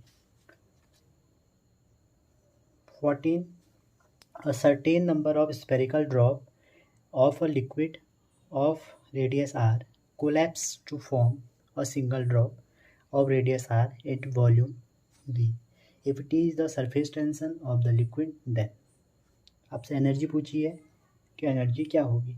ठीक है, तो आपको ये तो बात कंफर्म होगी कि कोलैप्स कर रही है तो सरफेस एरिया जो है डिक्रीज हो रहा है, तो सरफेस एरिया अगर डिक्रीज होगा तो एनर्जी क्या होगी, रिलीज होगी। ठीक है, तो एनर्जी तो रिलीज ही होनी है, तो ये हो सकता है, ये हो सकता है, ये दोनों नहीं होंगे। ठीक है, अब कितनी होगी, ये होगी या ये होगी, ये देखना है। तो इसके लिए देखें, जो आपकी टोटल एनर्जी रिलीज है वो आप बोल सकते हैं कितनी होगी, डेल्टा यू इक्वल टू जो हमारा surface tension into area, surface energy तो होगी वाली। ठीक है, अब आप देखिए आपकी स्मॉलर ड्रॉप से हमने बिगर बनाई है, स्मॉलर ड्रॉप से बिगर बनाई है। तो जो स्मॉलर ड्रॉप है, मान लो उसकी रेडियस आर है तो वो एन है कह रहा हो, तो मैंने इसको एन से इंटू कर दिया, तो ये किसके बराबर होंगे, बड़े वाले ड्रॉप होंगे उसके, क्योंकि वॉल्यूम तो सेम ही रहेगा ना। आप ये समझिए आपके पास एक गैलन पानी है और उसमें आपने 1000 ड्रॉप से मिलके बनाया है, तो जो 1000 ड्रॉप का वॉल्यूम है वो एक सिंगल गैलन जो है आपका सिलेंडर है उसके बराबर ही तो होगा। वो ले लिया, सब कुछ कैंसिल हो रहा है, यहाँ पे बच क्या रहा है, N R cube equal to R cube. तो यहाँ से एन इक्वल टू हो जाएगा R cube over R cube. ठीक, अब देखिए जो एरिया था इनिशियली वो कितना हो जाएगा, एरिया तो सरफेस एरिया वही हमने पहले की जो रेडियस ली है वो आर ले रखी है, तो एन टाइम होगा इसका, और एरिया जो बिगर होगा या जो फाइनल होगा वो कितना होगा, 4 पाई बड़ा आर। ठीक है, तो कितना चेंज होगा एरिया, तो बिगर माइनस या स्मॉलर माइनस बिगर हो जाएगा। ठीक है, तो इसको आप जब रखेंगे तो क्या हो जाएगा, 4 pi R square into N minus 4 pi R square. यहाँ तक आप समझ चुके होंगे। ठीक है, अब देखिए 4 पाई कॉमन ले लीजिए यहाँ से, और इस n की वैल्यू यहाँ से पुट कर दो, R cube over R cube, और ये आर स्क्वायर ऑलरेडी था इसके साथ, और यहाँ पर ये आर स्क्वायर, ये बच गया। अब यहाँ से आप देख सकते हैं कि इससे कुछ कैंसिल होगा तो बचेगा क्या, 4 pi are cube by are. ठीक है, इसको भी मैं क्यूब बना देता हूँ क्योंकि वहाँ ऑप्शन में हमारा वॉल्यूम है, तो क्यूब मैंने बना दिया और नीचे एक आर लिख दिया, तो कोई दिक्कत तो नहीं होगी यहाँ तक। ठीक है, अब देखिए 4 पाई आर क्यूब तो मैंने बाहर ले लिया, तो बचा क्या, 1 by R minus 1 by R. तो वैसे तो मैं यहीं से देख के कर सकता हूँ इसको कि भैया ये वाला ही होगा। ठीक, क्योंकि यहाँ वॉल्यूम है। अब वॉल्यूम कैसे आएगा, वॉल्यूम तब आएगा जब मैं इसको 3 से कर दूँ मल्टीप्लाई, 3 से कर दूँ डिवाइड। ठीक है, और वॉल्यूम क्या होता है, 4/3 पाई आर क्यूब, तो 3v 1/r माइनस 1/r हो गया। ठीक है, अब ये जो है हमारा ये डेल्टा है, इसको अगर मैं यहाँ रख दूँ इस वाले पार्ट में, तो इसमें क्या आना है, टी तो आना है। तो डेल्टा यू इक्वल टू क्या हो जाएगा, T3V 1/r माइनस 1/r। तो ये आपका फाइनल आंसर हो गया। क्वेश्चन नंबर 15, ठीक है। 15 कह रहा है आपसे, stream at 100 degree centigrade is passed into 20 gram of water at 10 degree centigrade. When water acquire a temperature of 80 degree centigrade the mass of water present will be. तो mass of water कितना उसमें present होगा, ये आपसे पूछा जा रहा है। तो आपने प्रिंसिपल पढ़ा होगा कैलोरीमीटर का, ठीक है। उसमें आपने पढ़ा होगा कि जितनी हीट लॉस होगी उतनी ही हीट हमारी क्या होगी, गेन होगी, ठीक है। तो क्वेश्चन नंबर 15 में आपने कैलोरीमीटर का प्रिंसिपल पढ़ा है, तो आपको पता होगा heat lost equal to heat gain. अब जो हमारा वाटर है वो 100 डिग्री सेंटीग्रेड को 20 ग्राम में भेजा जा रहा है, ठीक है। तो जो इस हमारी हीट लॉस हो गई हीट MLV, ये तो स्पेसिफिक हीट हो गई, और एक हमारी स्पेसिफिक हीट ऑफ वाटर हो गई। ये हमारी लेटेंट हीट थी जो इतनी एक्स्ट्रा टर्म आ जाती है, ये वाटर की थी। और डेल्टा थीटा यहाँ टेम्परेचर होता है, इक्वल टू कितनी होगी फाइनल, जो फाइनल हमारी वाटर की थी, मास of water, specific heat of water और फाइनल टेम्परेचर, ठीक है। इतनी हमारी ये लेटेंट हीट थी और ये हमारी स्पेसिफिक हीट है। वाटर के केस में हमारी इतनी लेटेंट हीट आ जाती है, तो ये तो मास ही रहेगा। एल हमें लेटेंट हीट कितनी दी है, लेटेंट हीट ऑफ स्ट्रीम की जो दी है हमें, जो स्ट्रीम बन के उड़ गई 540, तो इंटू 540, ठीक है। ये वी ये है लेटेंट हीट है, वी मत समझे आप इसको, प्लस मास कितना है, मास ही है। स्पेसिफिक ऑफ वाटर 1 है, उसने दिया है हमको, और टेम्परेचर हमें कितना दिया है कि 100 डिग्री पास किया है 20 ग्राम से एट 10 डिग्री सेंटीग्रेड पे, ठीक है। आगे कह रहा है व्हेन वाटर एक्वायर और टेम्परेचर 80 डिग्री सेंटीग्रेड, तो 100 से 80 में कितना टेम्परेचर बच गया, 20, ठीक है। Equal to mass of water कितना है 20, स्पेसिफिक हीट अगेन 20, लेकिन ये कितना हो जाएगा 80 माइनस 10, क्योंकि वो कह रहा है कि व्हेन वाटर एक्वायर 80, ठीक है। 10 डिग्री से 80 पहुंच गया, स्ट्रीम थी आपकी 100 डिग्री भेजी गई 20 ग्राम वाटर में, ठीक है। और वाटर कितना एक्वायर कर रही है 80, तो कितनी बची 20। अब वो कह रहा है कि मास ऑफ वाटर कितना होगा प्रजेंट में, तो 10 से कहाँ पहुंच गया 80, तो हमने ये लिख लिया। तो इसके बाद जब आप इसको सॉल्व करेंगे, इसको आप इजीली सॉल्व कर सकते हैं। 70 हो गया 140, तो एम आएगा आपका 2.5, ठीक। अब ये तो हमारा एम है, और टोटल मास कितना होगा, ये तो स्ट्रीम वाला है ना जो ऊपर लेटेंट हीट के साथ है, तो 20 + 2.5, तो कितना हो जाएगा 22.5। अच्छा क्वेश्चन था ये, इसको एक बार ज़रूर करना। Question number 16, certain amount of water cool from 70 to 60 degree in 5 second and 54 in next 5 minute, the temperature of surrounding. तो ये है आपका क्वेश्चन। आपको पता होना चाहिए कि कहाँ से आ रहे हैं क्वेश्चन, तो न्यूटन लॉ ऑफ कूलिंग से है। तो न्यूटन लॉ ऑफ कूलिंग में क्या होता है, टेम्परेचर डिफरेंस, वैसे θ1 लेते हैं, मैं T1 T2 ले रहा हूँ, दो टेम्परेचर डिफरेंस, ठीक है, ओवर टाइम, कितना समय लिया उसने, equal to thermal conductivity average temperature, दोनों का आपने, ये सराउंडिंग टेम्परेचर, यहाँ पर एवरेज टेम्परेचर लेना है, और ये सराउंडिंग टेम्परेचर है। ये न्यूटन लॉ ऑफ कूलिंग है। तो पहले केस में आपको कह रहा है कि जो 70 से 60 हो गया कितने टाइम में, 5 मिनट में। तो यहाँ रखिए 70 - 60 ओवर 5 इक्वल टू के, ये हो जाएगा 70 + 60 ओवर 2, सराउंडिंग हमें पता नहीं है, तो इसको आप सॉल्व करेंगे तो ये हो जाएगा आपका 2K 65 - T0। सिमिलरली नेक्स्ट 5 में क्या कह रहा है आपसे एंड 54 डिग्री इन नेक्स्ट 5, तो 60 से कहाँ हो गया 54, तो सेकंड केस हो जाएगा 60 माइनस 54 ओवर 5 इक्वल टू के 60 plus 54 by 2 minus T not. ठीक है, तो ये हो जाएगा आपका कैंसिल, 6/5 कैंसिल नहीं होगा, इसको आप सॉल्व करेंगे तो के 57 माइनस टी नॉट। अब आप क्या करें, इन दोनों को डिवाइड कर दें, बेस्ट तरीका ये है, पहले को और दूसरे।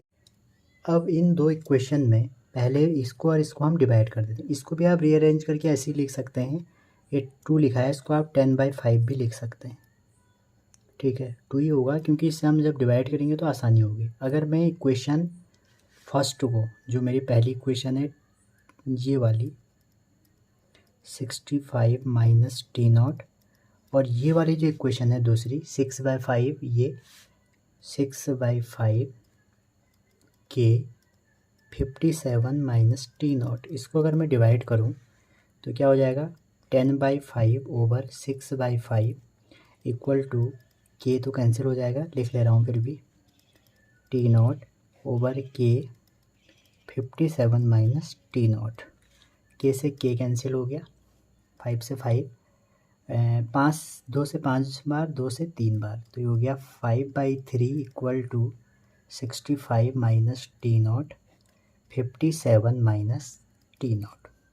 इसको आप सॉल्व करें अगर तो 5 क्रॉस मल्टीप्लिकेशन हो जाएगा equal to 365 minus T naught. जब हम इसको वो करें, टी नॉट एक साथ ले लेते हैं तो 5 ये हैं, 3 इधर ले आए और ये हो जाएगा 3 इंटू 65, ये प्लस का है तो माइनस में 57। ठीक है, तो ये हो जाएगा 195, ये हो जाएगा 285 और ये हो जाएगा -2 टी नॉट। ठीक, तो -2 टी नॉट इक्वल टू ये हो जाएगा आपका 90, माइनस से माइनस कट गया, 2 से 45 टाइम्स, तो हमारा करेक्ट ऑप्शन क्या हो जाएगा 45। तो इसका जो हमारा करेक्ट ऑप्शन होगा 16 का वो हो जाएगा 45। ठीक है, अगला क्वेश्चन है क्वेश्चन नंबर 17, एक बार आप पढ़ लीजिए। इसमें कह रहा है कि मोनोएटॉमिक गैस है at constant pressure, at pressure P दिया है, कांस्टेंट नहीं है, having a volume V expand isothermally to volume 2V then adiabatically to volume 16V।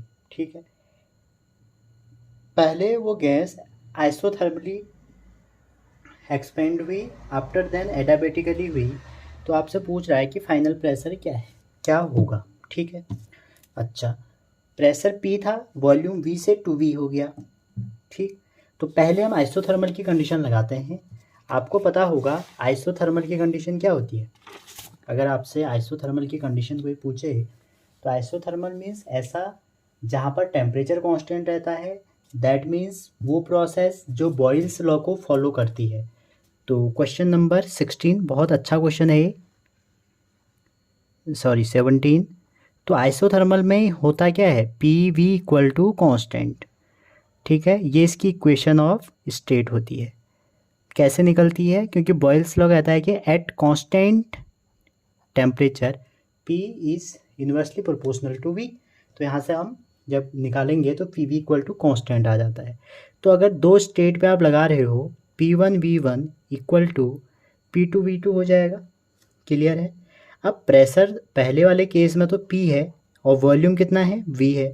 दूसरे वाले केस में प्रेशर हमको नहीं पता, तो मैं इसको P2 ही रहने देता हूँ और वॉल्यूम 2V हो गया, तो V से V कैंसिल हो गया, तो P2 की वैल्यू कितनी आ जाएगी, P/2 आ जाएगी।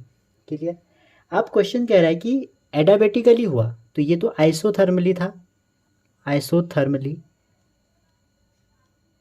इसके बाद हमारा क्या हुआ, एडियाबेटिकली। एडियाबेटिक में इक्वेशन ऑफ स्टेट आपको पता होगी, PV gamma equal to constant. तो दो स्टेट के लिए अगर आप लगाओगे P1 या अब 1 तो लिया है, तो इसको एक काम करो, 2 से शुरू हुआ तो 2 और इसको 3 ले लीजिए। ठीक है, तो ये आपका P2 तो P/2 हो गया और V2 आपको कितना दिया है 2V। ठीक है, और P3 हमें पता नहीं है, जो कि निकालना है, और ये है 16 की पावर गामा। ठीक है। और आपको पता होगा ये मोनो एटॉमिक है, जैसे इसने दिया है, तो यहाँ से आप देख सकते हैं P3 इक्वल टू क्या हो जाएगा, P/2 तो ऐसे ही रहेगा, 2V/16 V, ये V है गामा, ठीक है। तो ये 1/8 हो गया। तो P/2 तो 1/8 मोनो एटॉमिक के लिए जो गामा है, गामा किसको क्या बोलते हैं, स्पेसिफिक हीट रेशियो, तो मोनो एटॉमिक के लिए होती है 5/3। तो जब आप इसको सॉल्व करेंगे तो ये 2 की पावर 3, 3 से 3 का कैंसिल हो गया, तो इसको सॉल्व करने के बाद आपको आ जाएगा P/64। अच्छा क्वेश्चन था, this is a very good question. Question number 17 था, ठीक है। क्वेश्चन में कुछ नहीं था अगर आपको इक्वेशन ऑफ स्टेट पता है। क्वेश्चन नंबर 18, जैसे मैं पहले ही डिस्कस कर रहा था इस क्वेश्चन जब हम स्टार्ट कर रहे थे कि आपको एरिया पूछा जा सकता है, तो वो इसमें दिया है कि पीवी ग्राफ है, इसका वर्क डन निकालो। तो मैंने आपसे कहा था कि वर्क डन पीवी का जो होगा वो एरिया होगा।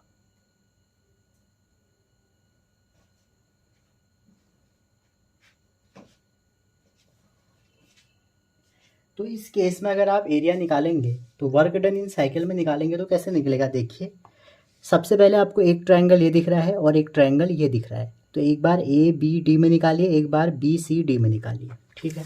तो क्वेश्चन नंबर 18 जो हो जाएगा, वर्क डन जो होगा वो एरिया होगा। तो पहला जो होगा हाफ, तो 2P0 माइनस P0, क्योंकि आपको यहाँ का कोऑर्डिनेट निकालना है, ऑरिजिन के रिस्पेक्ट में ये 2P0 है और यहाँ पर P0 है, तो इसका जब एरिया निकालोगे आप ये भी कर सकते हो, इसका एरिया निकालो, इसका निकालो, ठीक है। तो इनटू वॉल्यूम कितना हो जाएगा, 2V0 माइनस V0, मैंने सबसे पहले इस पे लगा दिया, अब इस पे लगाऊंगा, plus half 3P0 minus 2P0, 2V0 minus V0। एक बात याद रखना, इसके आगे माइनस यूज होगा, क्यों, अगर क्लॉकवाइज होता है, अगर आपका वर्क डन का जो साइन है क्लॉकवाइज है तो पॉजिटिव लेते हैं, ठीक है, और एंटी क्लॉकवाइज होगा तो नेगेटिव लेते हैं। तो आप अलग अलग निकालते तब भी इसके आगे नेगेटिव रखते। तो ये वाला देखिए एंटी क्लॉक है, ठीक है, ये है ए, इसको अगर मैं ओ देता हूँ तो ये AOB का है, और ये वाला पार्ट अगर आप देखें तो BOC का है, ये हमारा BOC का है। तो इसको सॉल्व कर लीजिए तो आपका आ जाएगा, ऊपर आ जाएगा P0V0/2, नीचे आ जाएगा P0V0/2, तो वर्क डन हो जाएगा 0। अब ये जिसको साइन कन्वेंशन नहीं आता वो 2P0V0 करता है यहाँ पे। नेक्स्ट क्वेश्चन है द मीन फ्री पाथ, ये हर बार नीट के पेपर में आता है तो इसको तैयार कर लीजिए। तो जो मीन फ्री पाथ है, लैम्डा एम से इसको रिप्रेजेंट किया जाता है, इसका फॉर्मूला होता है, इसको आप याद कर लीजिए, हर पेपर में पूछा जाता है, 2πd²n, ठीक है। डी यहाँ पर जो है वो है डायमीटर ऑफ मॉलिक्यूल, ठीक है। तो अगर ये डायमीटर है तो ये रेडियस क्या होता है, डायमीटर 2 टाइम्स ऑफ रेडियस होता है, तो ये फॉर्मूला है लैम्डा एन, तो रेडियस की डिपेंडेंसी में क्या हो जाएगा, R²। तो आपसे पूछा गया है कि रेडियस पे कैसे डिपेंड करेगा, तो हमें डायमीटर बताया तो रेडियस पे करेगा R⁻², ठीक है। यहाँ R⁻² होना चाहिए, इन्वर्सली लिखा है, ठीक है, तो R⁻², ऑप्शन सही हो जाएगा। नेक्स्ट क्वेश्चन है, if N1 N2 N3 are fundamental frequency of 3 segment in which string is divided then original, तो पूछ रहा है कि एक स्ट्रिंग है, मान लीजिए उसकी ओरिजिनल लेंथ L1 है, ठीक है। अब उसको डिवाइड कर दिया आपने, डिवाइड कर दिया तो बहुत सारे छोटे छोटे पार्ट में डिवाइड कर दिया, L1 L2 L3 मान के चलो, 3 दे रखे हैं इसमें। तो आपसे पूछ रखा है कि फ्रिक्वेंसी बताओ, आपको पता होना चाहिए कि जो फ्रिक्वेंसी है 1/लेंथ होती है, ठीक है। तो अगर एक की फ्रिक्वेंसी N1 है तो 1/n जो हो जाएगी वो क्या हो जाएगी, 1/n1, 1/n2, 1/n3, n यहाँ पे क्या है, फ्रिक्वेंसी है।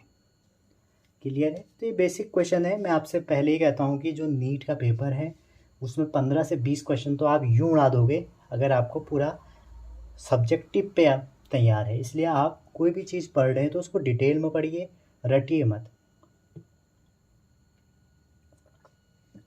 नेक्स्ट क्वेश्चन है question number 21, the number of possible natural oscillation of air column in a pipe close eight one end of length इतना एंड हुज फ्रिक्वेंसी इतना आर। तो आपसे नंबर ऑफ ऑसिलेशन पूछा गया है, ठीक है।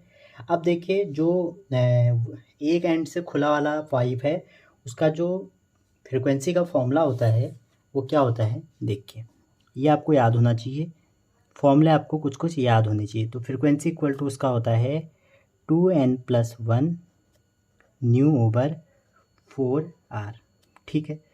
अब यहाँ पर ये वाली जो फ्रिक्वेंसी है ये आपकी क्या है, ये आपकी जो गिवन है ये पार्ट, और r क्या है आपकी लेंथ है, ठीक है। तो आप इसमें डेटा रख सकते हो, आप n0 रखिए, तो n0 रखेंगे तो कितना आ जाएगा v/4r। तो v है 1250 और 4 × 85, तो इसको आप सॉल्व करेंगे तो ये आएगा आपका 100, ठीक है। तो अब n1 रखेंगे आप अगर, तो 1 में कितना हो जाएगा, 1 तो 3 रख देंगे, तो 3 टाइम f1, एक तरफ से ओपन है तो इसका कितना हो जाएगा 300 हो जाएगा। ऐसे आप n2 रखेंगे तो कितना आ जाएगा 500 आ जाएगा, n3 रखेंगे तो कितना आ जाएगा 700 आ जाएगा, ठीक है।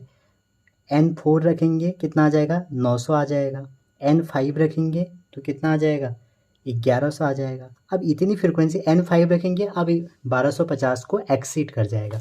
तो क्वेश्चन पूछ रहा है कि कितनी frequency, number of possible frequency whose frequency lie 1250 से नीचे कितनी है, 1 2 3 4 और एक 5 और एक ये वाली हमारी जो है 6। तो आंसर कितना हो जाएगा, 6 फ्रिक्वेंसियाँ ऐसी हैं जो इसके नीचे लाई करेंगी, ठीक है।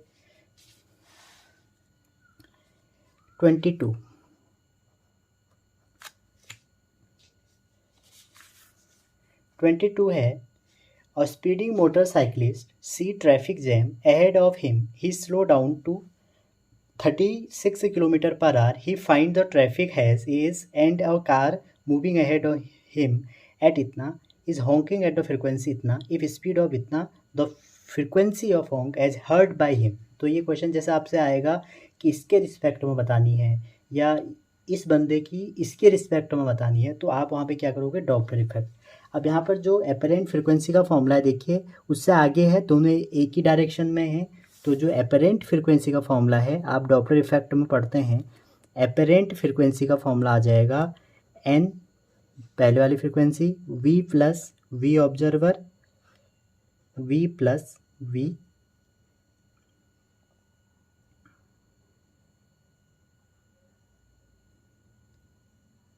सोर्स, या सोर्स से एज्यूम कर लीजिए।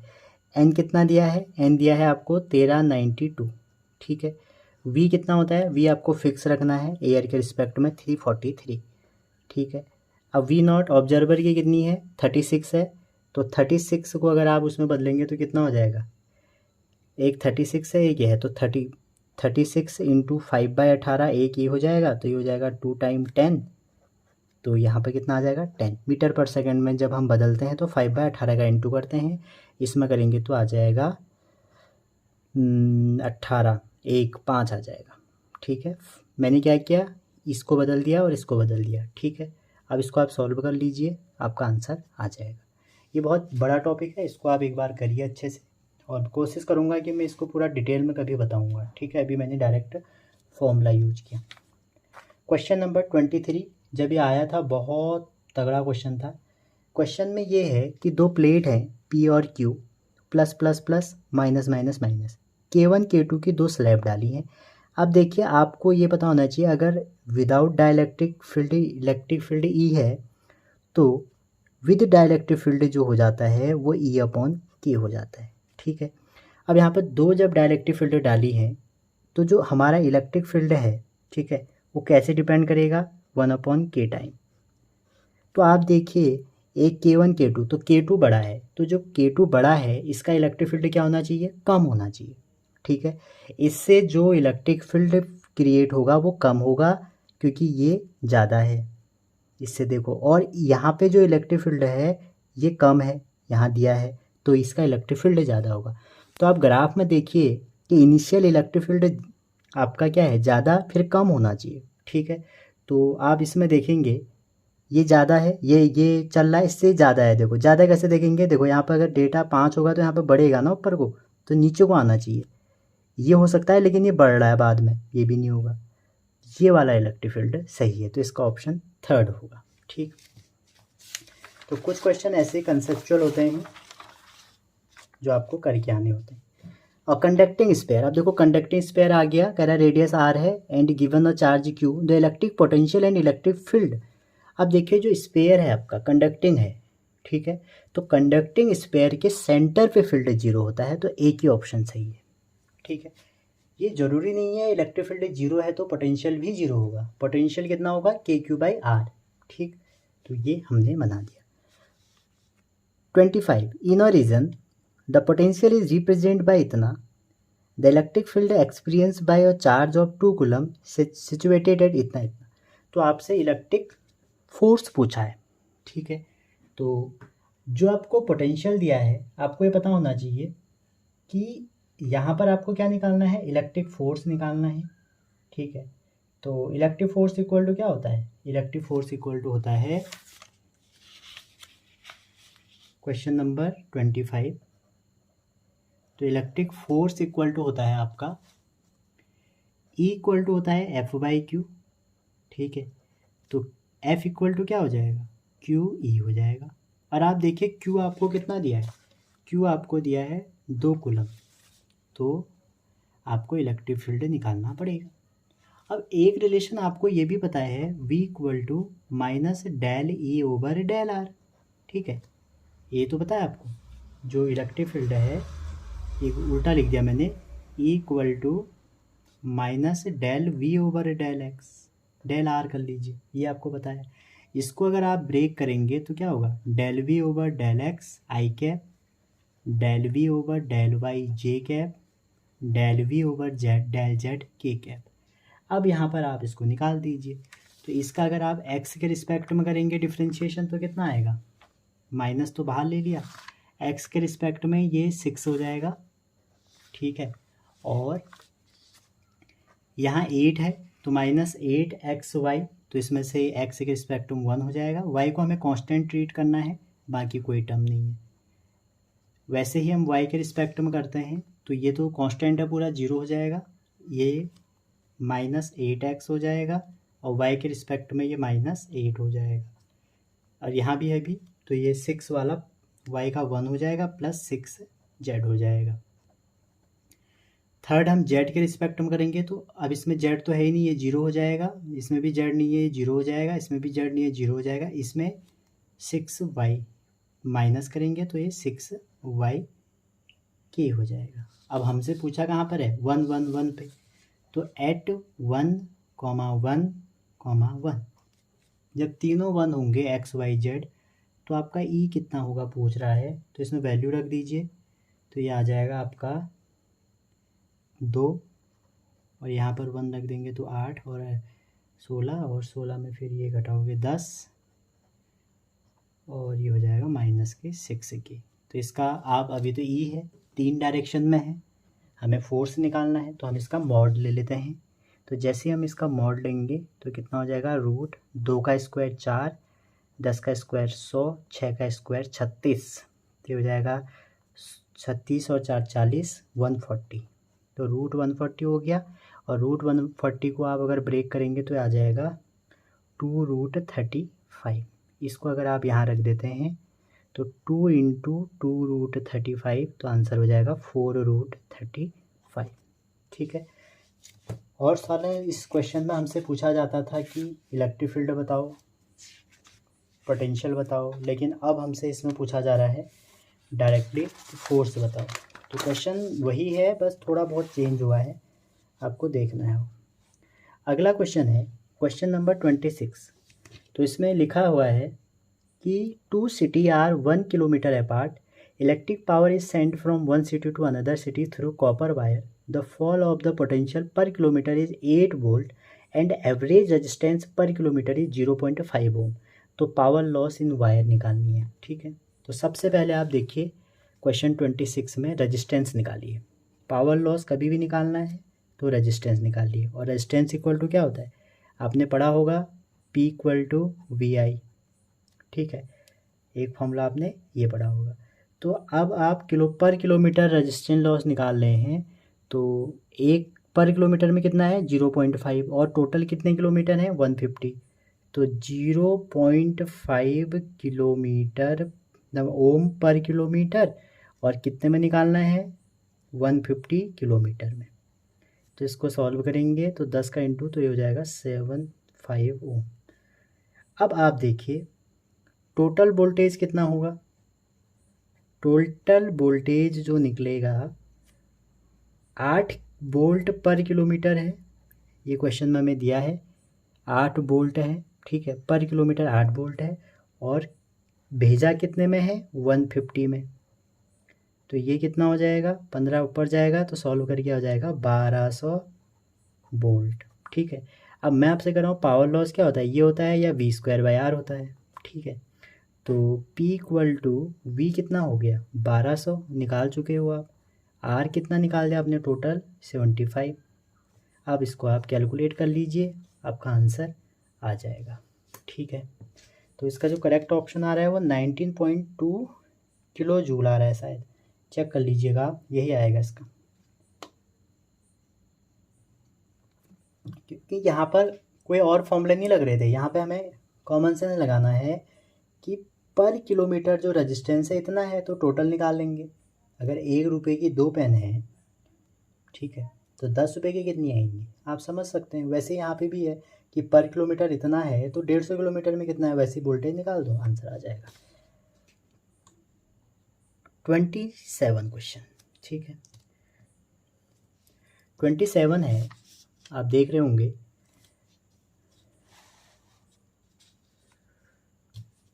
The resistance in 2 arm of meter bridge. अच्छा, मीटर ब्रिज सुनते ही मुझे एक कंडीशन याद आ गई, P/Q इक्वल टू R/S, ये व्हीट स्टोन की होती है।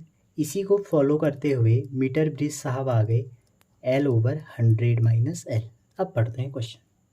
क्वेश्चन कर रहा है कि to the resistance of 2 arm is 5 and R। तो जो 2 आर्म में रेजिस्टेंस दिया है वो क्या दिया है 5 and R। अच्छा, and when resistance R is shunt equal resistance the new balance point is इतना। तो पहले केस में हमें कुछ पता नहीं है, ये 2 रेजिस्टेंस है, मान लो बैलेंस पॉइंट L1 है, तो ये हो गया। ठीक है, आगे क्या कह रहा, when resistance R is shunted with equal resistance. अच्छा, जब कभी भी आपसे ऐसा लिखा रहेगा कि शंट कर दिया है, शंट मतलब पैरेलल में जोड़ दिया गया है, तो इस सर्किट के अक्रॉस एक R और जोड़ दिया है, तो जो R इक्विवेलेंट हो जाएगा वो कितना हो जाएगा आपको निकालना पड़ेगा। तो अब जो हमारी कंडीशन बन जाएगी वो बन जाएगी 5/R इक्विवेलेंट हो जाएगा R/2, क्योंकि एक R ये लगा हुआ है, एक और लगा दिया, शंट कह रहा है तो ये R गैल्वेनोमीटर में, तो आप R इक्विवेलेंट निकालेंगे तो क्या हो जाएगा R into R over R और R 2R, R से R कैंसिल तो R/2।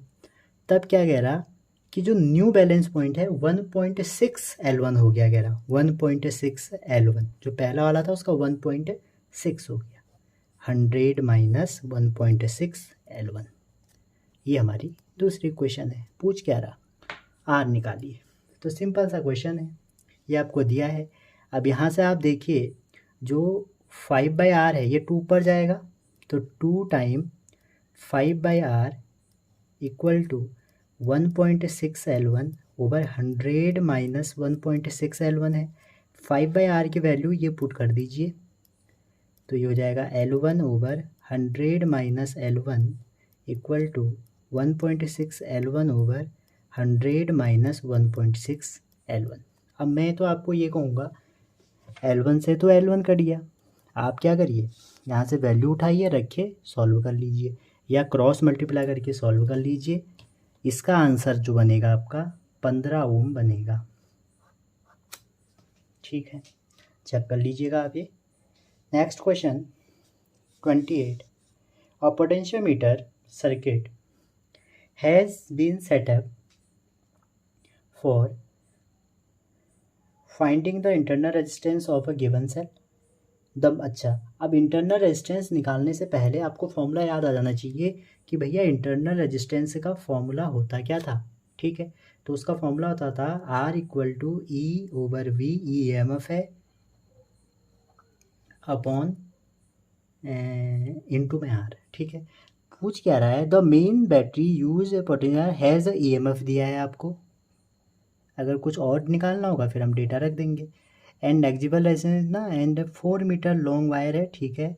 When the resistance R across the इतना सेल हैज़ इन्फिनिटी इतना, the balance point on the potential is 3 and इतना, and respectively the internal resistance कितना होगा कह रहा है। तो आपको बैलेंस पॉइंट के टर्म में दिया है, तो आपको ये भी पता होना चाहिए कि जो E/V है इसका अगर हम वैल्यू बैलेंस पॉइंट के टर्म में रखें तो इंटरनल रेजिस्टेंस का जो फॉर्मूला बन जाएगा वो ये बन जाएगा, ठीक है। दो फॉर्मूले हो गए अलग अलग। अब आप क्या करें, रखते हैं वैल्यू। अब आपको कह रहा है बैलेंस पॉइंट है 3 और 2.85, तो ये तो हम रख देते हैं 3/2.85 -1। आर क्या रखें, देखो कह रहा are connected across the given cell has value इतना और इतना, तो 9.5 रख लो, दो वैल्यू तो दे ही रखी है उसने। बस अगेन इसको सॉल्व कर लो, तो ये इधर जाएगा, इधर सॉल्व करके रखेंगे आप इसको। 1 मिनट में कैलकुलेट कर लेता हूँ इसको।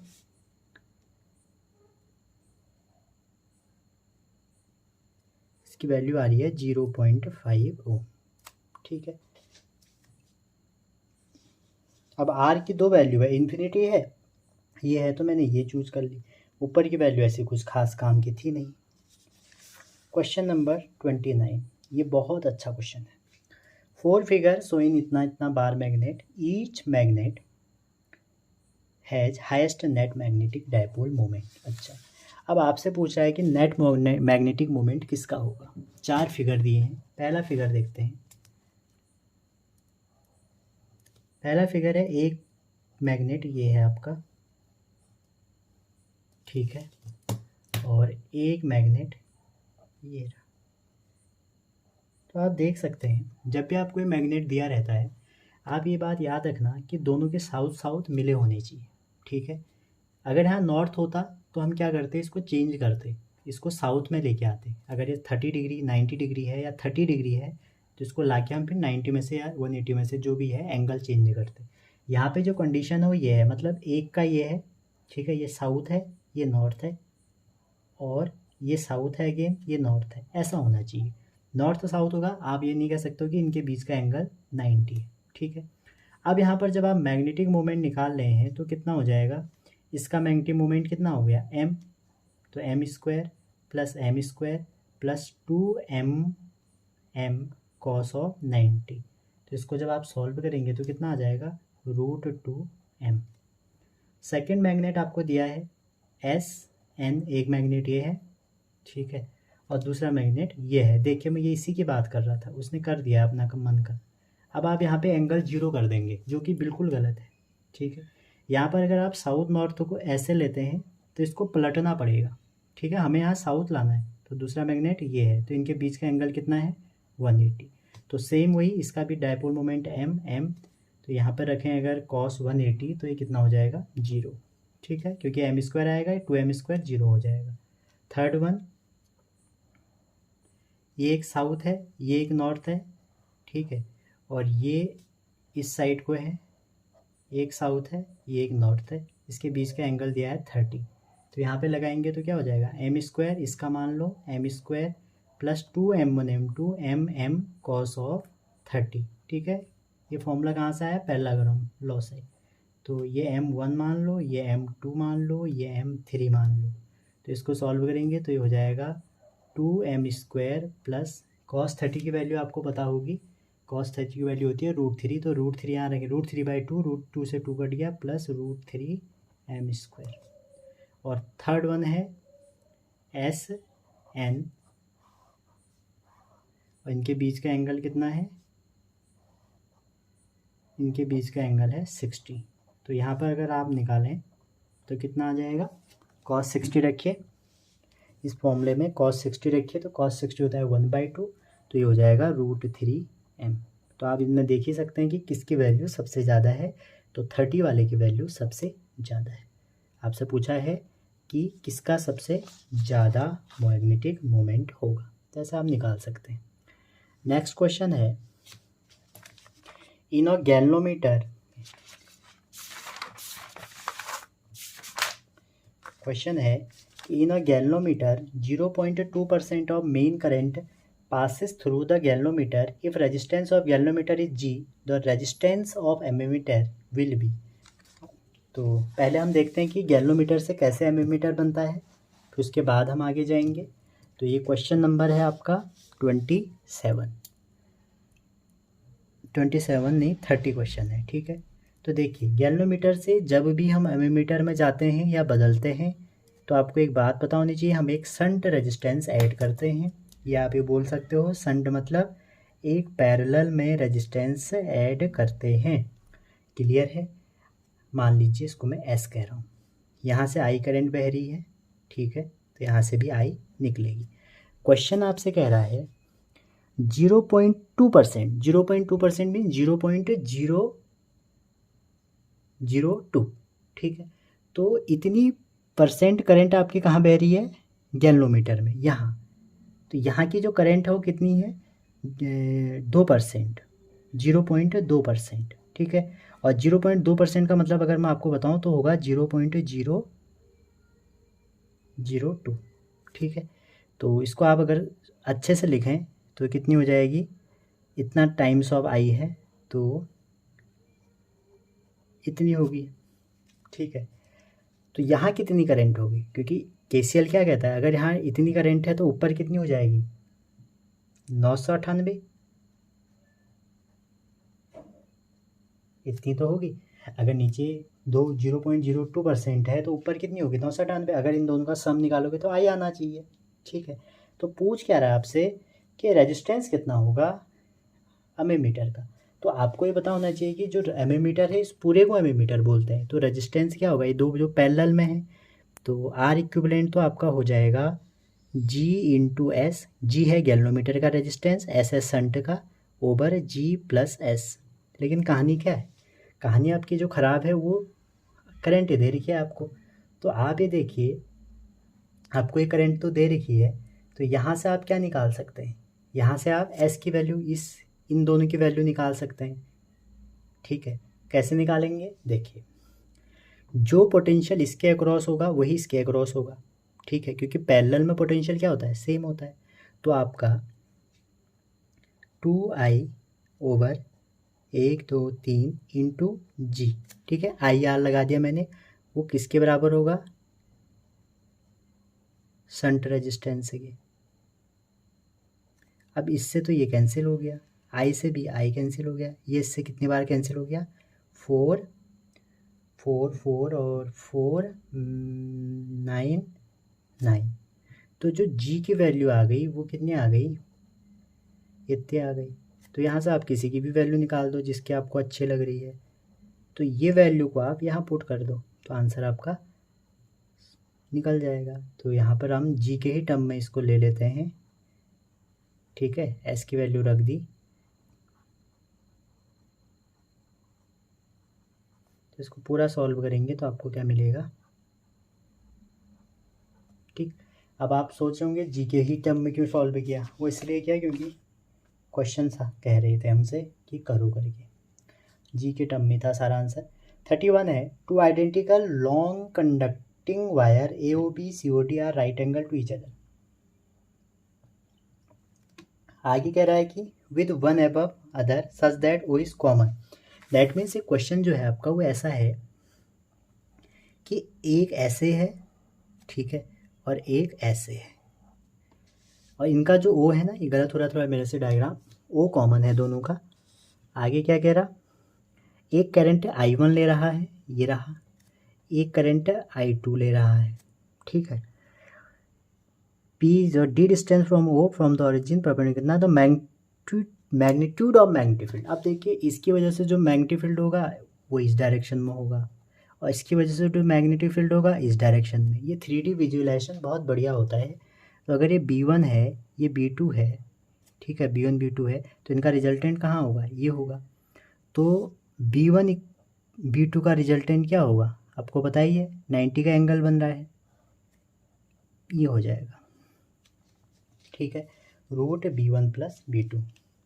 अब B1 की वैल्यू क्या होगी? ये बड़ा इंटरेस्टिंग टास्क है।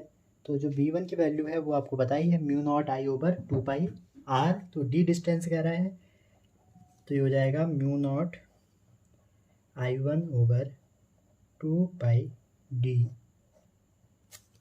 प्लस म्यू नॉट I2/2πd इसका होल स्क्वायर। ठीक है, आपसे एंगल भी पूछा जा सकता है कि कितना होगा, तो आप यहाँ पे टेन थीटा लगा के कर सकते हैं। इसको B1 ले लीजिए, तो एंगल अगर पूछेगा तो टेन थीटा इक्वल टू क्या होगा, B1/B2। ठीक है, तो ये पूछा जाता है कई बार, तो यहाँ पर ये वाला इसका सही ऑप्शन हो जाएगा। 32 कह रहा है, और thin semi circular conducting ring PQR of radius r is falling with its plane vertical in a horizontal, the magnetic field B as shown in figure, the potential difference develop across ring when it passes with speed v। तो simple सी बात है, EMF कितना induce होगा आपको बताइए, B equal to कितना होगा, B equal to हो जाएगा BLV। आपको ये पता होगा EMF इतना इंड्यूस होता है। ठीक है, तो B रहा, V है, L कितना हो जाएगा 2R, तो आंसर होगा 2RBV। 2RBV एक ही में है, तो ये वाला आंसर हो जाएगा। और इजेट हायर पोटेंशियल, और R इजेट हायर पोटेंशियल कह रहा है। ठीक है, अब ऐसे क्वेश्चन आपको छोटे छोटे इजीली हो भी जाते हैं। 33 है, और ट्रांसफॉर्मर हैविंग एफिशिएंसी 90% आइडियल नहीं है, तो आपको ये पता होगा, एक इम्पॉर्टेंट फॉर्मूला बता दूं मैं। 32 एफिशिएंसी में के टर्म में एक फॉर्मूला पहले हम लिख लेते हैं। ठीक है, तो efficiency equal to output power over input power. ठीक है, और आउटपुट पावर कितना है, आउटपुट पावर हो गया आपका सेकेंडरी कॉइल में निकाली जाती है, और इनपुट प्राइमरी। ठीक है, और एक चीज़ आपको ट्रांसफार्मर में पता होगा, टर्न रेशियो, वो क्या होता है, voltage secondary upon voltage primary, turn secondary over turn primary, लेकिन current primary over current secondary. ठीक है, ये है। अगर ये आइडियल होता, बहुत बार आइडियल में आ गए तो इफिशियंसी 1 लेते। ठीक है, तो यहाँ पे आपसे पूछा जा रहा है 90% is working, that means it is not a ideal case on 200 volt and 3 kilo ohm power supply if current in secondary, आपको सेकेंडरी में करंट दे रखी है IS6, और क्या दिया है, end voltage across the secondary coil and current is primary coil. अच्छा, आपको वोल्टेज इन सेकेंडरी निकालना है पहली बात, और करंट इन प्राइमरी कॉइल निकाल के रखना है। ठीक है, और स्टार्टिंग में आपको क्या दिया था देखिए, और transformer having 90% is working on 200 volt and 3 kilo ohm power. ठीक है, तो यहाँ पर आप देख सकते हैं, आपको ये जो VP और IP है, ये क्या है, पावर है, पावर ही तो है, और ये आपको ऑलरेडी दे रखी है कि किस में है, 3 किलो ओम में है। तो आपको जो P इनिशियल दे रखी है, मतलब जिस पे काम कर रही है 3 किलो ओम, तो किलो को मैं बदल देता हूँ इतने पे। ठीक है, ये आपको पावर दे रखी है, तो इसमें रखते हैं इफ़िशियंसी दे रखी है 90%, तो 90% की बात अगर करें तो 90/100 कर लीजिए। VS आपको दिया नहीं है, IS आपको 6 दिया है, और नीचे का पूरे की वैल्यू दी है 3 × 10⁶। ठीक है, तो ये हो जाएगा 0.9 इक्वल टू VS इंटू, ये इससे कैंसिल हो गया 2 बार, 2/10⁶। ठीक है, तो इसको इधर ले जाएंगे तो VS हो जाएगा आपका 450। ठीक है, अब देखिए VP IP की वैल्यू आपको दे रखी है 3, पावर कितनी दी है, 3 किलो ओम। ठीक है, तो ये VP IP दिया है आपको, किलो वॉट है। अच्छा, तो VP की वैल्यू आपकी, यहाँ से IP निकल जाएगा, 1 2 3 ओवर 200। ठीक है, तो ये हो जाएगा आपका 15। ठीक है, तो पहले हमने VS निकाल लिया यहाँ से, और इस केस से हमने जो हमें 200 और 3 दे रखा है, हमने यहाँ से आउटपुट जो हमें पावर दी है उससे हमने प्राइमरी कॉइल की करंट निकाल ली। 34 है, a light with energy flux of 25 into 10 to the power 4 watt meter minus 2 fall on a perfectly reflecting surface at normal incidence if surface area is इतना एवरेज फोर्स निकालना है।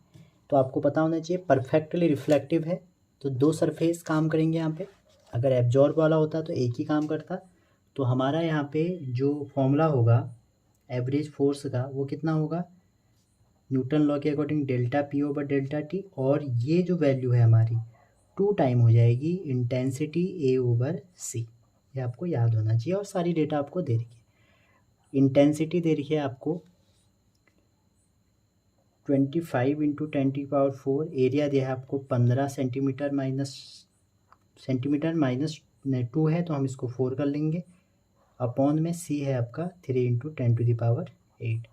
इसको आप निकालिए, आ जाएगा। नेक्स्ट क्वेश्चन है 35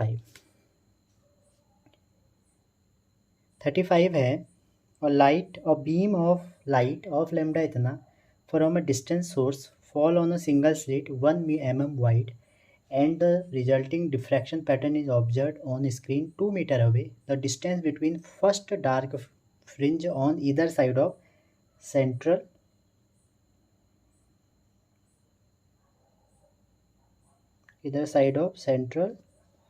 ब्राइट फ्रिंज। तो central bright fringe से जो हमारी वो होती है वैल्यू वो कितनी होगी, तो ये भी फॉर्मूला बेस्ड क्वेश्चन है। तो ये हो जाएगी आपकी 2 सेकंड वाली की है डी लैम्डा बाई छोटा डी। ठीक है, वैल्यू रखिए, आंसर आ जाएगा। नेक्स्ट क्वेश्चन है, इसको आप कर लीजिएगा 36। इन अ YDSC experiment the intensity of light at a point on a screen, ठीक है, इज लैम्डा इज के। अच्छा, पार आपको इंटेंसिटी जो है वो कह रहा है कि जब लैम्डा है तो लैम्डा वेवलेंथ पे के दी है, ठीक है, जब पार्ट डिफरेंस लैम्डा है तो पूछ रहा है कि the intensity where part difference is lambda 4। अगर लैम्डा बाई 4 यूज़ कर दिया जाए तब क्या होगा। ठीक है, तो आपको ये पता होगा कि जो इंटेंसिटी होगी, क्योंकि ये जो क्वेश्चन है ये YDSC का है, जो हमारा फॉर्मूला है और रिजल्टेंट इंटेंसिटी उसमें दोनों का एम्पलीट्यूड सेम होता है, वो कितनी बन जाएगी, कॉस स्क्वायर। ये हमारा फॉर्मूला है। अब आप देखिए फर्स्ट केस में अगर पार्ट डिफरेंस कितना है, अगर हमारा लैम्डा बाई 4 है, ठीक है, तो फेज डिफरेंस कितना हो जाएगा, phi equal to 2 pi by lambda into delta X. तो इसमें आप वैल्यू रख दीजिए 2 pi by lambda into lambda by 4, तो ये कैंसिल हो जाएगा तो पाई बाई 2 आ जाएगा। ठीक है, अब इस पाई बाई 2 को यहाँ रखें अगर, तो I equal to 4I0 cos square, ठीक है, पाई बाई 2 की जगह 4 हो जाएगा क्योंकि एक 2 ऑलरेडी था, तो हो जाएगा 4I0 1/√2 का स्क्वायर कितना हो जाएगा 1/2, तो ये 2 हो गया, 2K0 है। ठीक है, क्योंकि ये 1/√2 है, 2K0 है, तो आपका I इक्वल टू क्या हो जाएगा 2I0, ये तो होगा। अब आपको K के टर्म में आंसर देना है। ठीक है, क्वेश्चन ये कह रहा है आपसे कि जब YDSC एक्सपेरिमेंट इसमें कह रहा है कि जब the intensity of light on screen where part difference lambda is K, जब पार्ट डिफरेंस लैम्डा था तो के है, तो आपकी वैल्यू क्या आ रही है, के आ रही है। ठीक है, अब क्या होगा पूछ रहा है आपसे, तो जब आप इसमें वैल्यू रखेंगे तो इस 4I0 की जो वैल्यू है हमारी पहले केस में ये वाली, ये हमारी पार्ट डिफरेंस के हिसाब से के है। ठीक है, तो नेक्स्ट में जो हमारा आंसर होगा वो क्या होगी K/2। यहाँ पे जो हमारा आंसर होगा जब आप यहाँ पर रखेंगे तो ये हो जाएगा K/2। ठीक है, तो जब हमने ये वाला पार्ट डिफरेंस यूज किया तो पहले केस में ये वाली वैल्यू थी, जैसे आपने डेल्टा एक्स रखा, यहाँ से फेज निकाला तो पाई/2 आया, तो पाई/4, तो पाई/4 के केस में जब आप निकालेंगे तो क्या आ जाएगा, इसको काटिए मत, ऐसे ही रहने दीजिए। तो ये हमारा K था, तो ये K/2 हो गया था।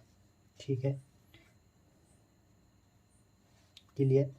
अभी K कैसे आया देखिए, अगर डेल्टा एक्स लैम्डा है तो डेल्टा फाई क्या होगा, डेल्टा फाई है 2 pi by lambda into lambda, इससे कैंसिल हो गया, तो डेल्टा फाई इक्वल टू हो जाएगा 2 पाई। ठीक है, अब यहाँ रख दीजिए, तो आई इक्वल टू क्या हो जाएगा पहले केस में 4I0 कॉस स्क्वायर 2π/2।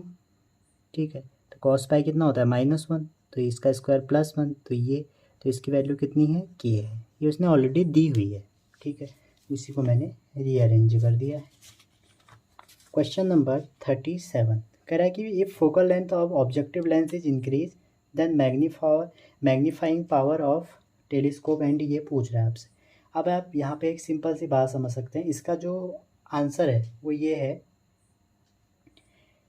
आपकी जो वेवलेंथ है वो सिर्फ और सिर्फ एक में डायरेक्टली प्रोपोर्शन होती है, एक में इन्वर्सली प्रोपोर्शन होती है। एक में जैसे ये है क्वेश्चन नंबर 37 है, तो जो माइक्रोस्कोप है, माइक्रोस्कोप इसकी जो मैग्नीफाइंग पावर है वो 1/f, और जो टेलीस्कोप है इसकी जो मैग्नीफाइंग पावर होती है वो f होती है। ठीक है, ऑब्जेक्टिव लेंस, अगर मैं आपको फॉर्मूला थोड़ा सा रिमाइंड करा दूं तो वो होती है f0 fe, इस टाइप का होती है, और इसमें होती है f0/fe। ठीक है, तो यहाँ से आप देख सकते हैं माइक्रोस्कोप की अगर आप घटाओगे तो बढ़ेगी, टेलीस्कोप की घटाओगे तो घटेगी। इसमें तो जो करोगे वही होगा, लेकिन इसमें अपोजिट रिलेशन होगा। तो इसका जो करेक्ट ऑप्शन होगा वो होगा 4th वाला। ठीक है, 38 क्वेश्चन कह रहा है the angle of prism is a, one of the refracting surface is silver, light रे falling eight angle 2a on first surface return back through the same parts पर और refraction at silver surface, the refractive index of a prism is. तो simple सा एक question है, देखते हैं इसको। आपसे कह रहा है 38 में, ये आपका एक प्रिज्म है। ठीक है, इसमें जैसे आप एक ये वाला पार्ट इसका कवर है, ये वाला सिल्वर कलर किया है हमने, तो कलर्ड है। तो यहाँ से ये जब आपने भेजा तो कह रहा है कि इसका जो ये एंगल है ये 2a है, और ये वाला जो एंगल है प्रिज्म एंगल ये भी a है। ठीक है, अब आप देखिए जब रे यहाँ से आ रही है तो 90 के एंगल से आ रही है तो सीधा यहाँ पहुँचेगी। ठीक है, और आपको पता होगा जब रे कभी भी ऐसे आती है किसी भी सरफेस में तो वैसे ही वापस चले जाती है 90 के एंगल में। ठीक है, तो यहाँ पे भी यही होगा, रे ऐसे आ रही है तो ऐसे ही वापस हो जाएगी। ठीक, तो इसका ये वाला जो एंगल है ये R1 हो जाएगा। जबकि प्रिज्म में होता क्या था, प्रिज्म में ऐसे होता था, रे आती थी, एक नॉर्मल खींचने पे ऐसे जाती थी, फिर सेकंड नॉर्मल ड्रॉ करने पर ऐसे जाती थी, तो 2 R1 R2 बनते थे। तो यहाँ पे जो R2 है वो 0 हो जाएगा। ठीक, क्योंकि सेम में वापस आ गई। और जो एंगल ऑफ प्रिज्म है, एंगल ऑफ प्रिज्म की वैल्यू आपको ये पता होनी चाहिए कि एंगल ऑफ प्रिज्म की वैल्यू R1 + R2 होती थी। तो एंगल ऑफ प्रिज्म क्या हो गया, R1 + R2, और R2 तो आपका 0 हो गया क्योंकि यहाँ से तो गई नहीं बाहर। तो डेल्टा A = क्या हो जाएगा, R1 हो जाएगा।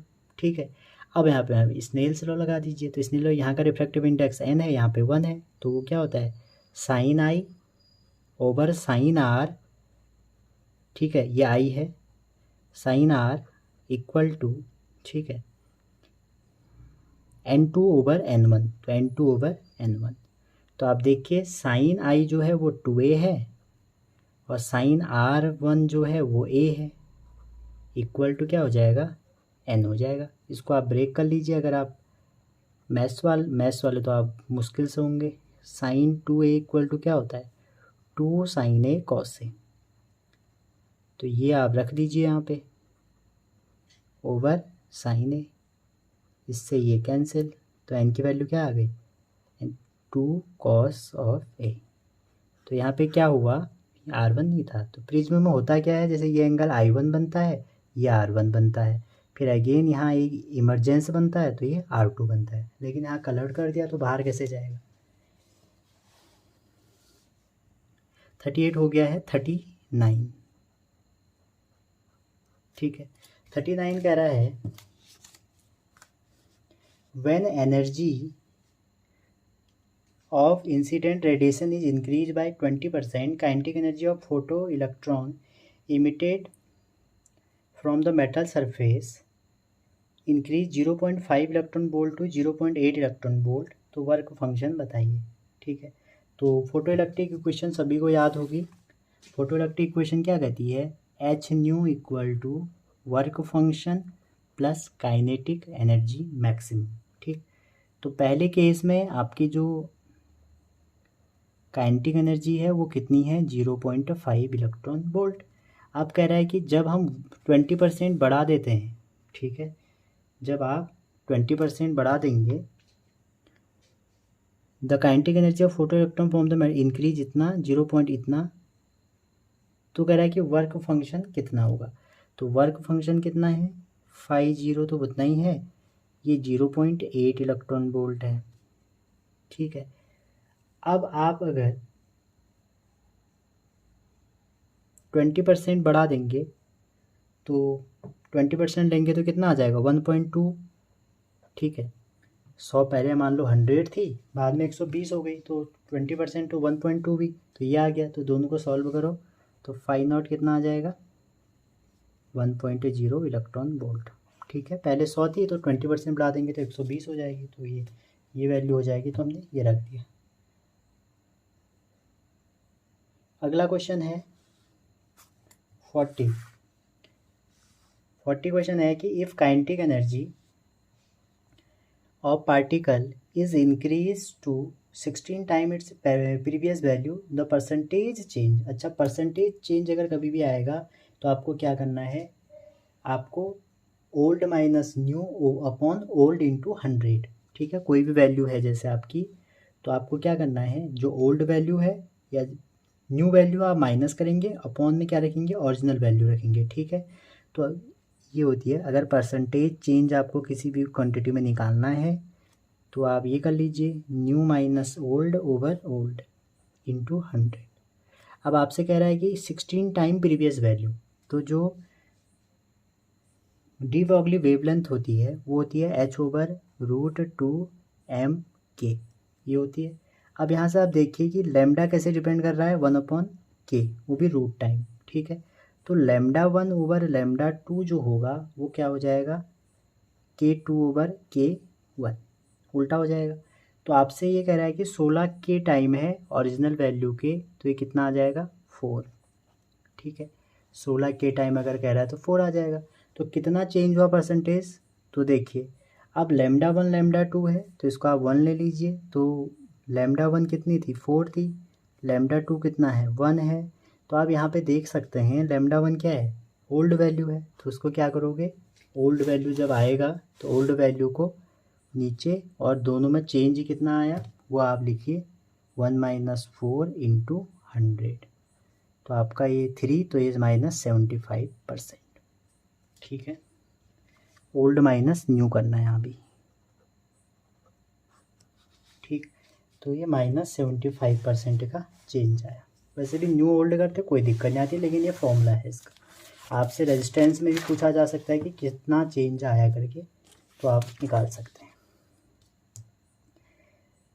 41 कह रहा है कि हाइड्रोजन एटम, मैंने मॉडर्न के इस एरा में जो क्वेश्चन देखे बहुत अच्छे देखे, ये भी एक बहुत अच्छा क्वेश्चन है। कह रहा है कि एक्साइटेड बाय लैम्डा इतना, तो नंबर ऑफ स्पेक्ट्रल लाइन। तो सिंपल सी आपको ये दिमाग में बैठ रहा होगा कि स्पेक्ट्रल लाइन का जो फॉर्मूला होता है वो होता है n(n-1/2) 1 n(n-1/2) होता है। तो इक्वल टू क्या होता है SC/λ, ठीक है। और 1240 ओवर लैम्डा, आंसर किस में आएगा आपका इलेक्ट्रॉन वोल्ट में आएगा, ठीक है। तो 1240 ओवर आपको ये दिया है 97.5, तो सॉल्व करेंगे क्या आएगा, इसको आप कैलकुलेट कर लीजिए, 1 मिनट में ही कर लेता हूँ।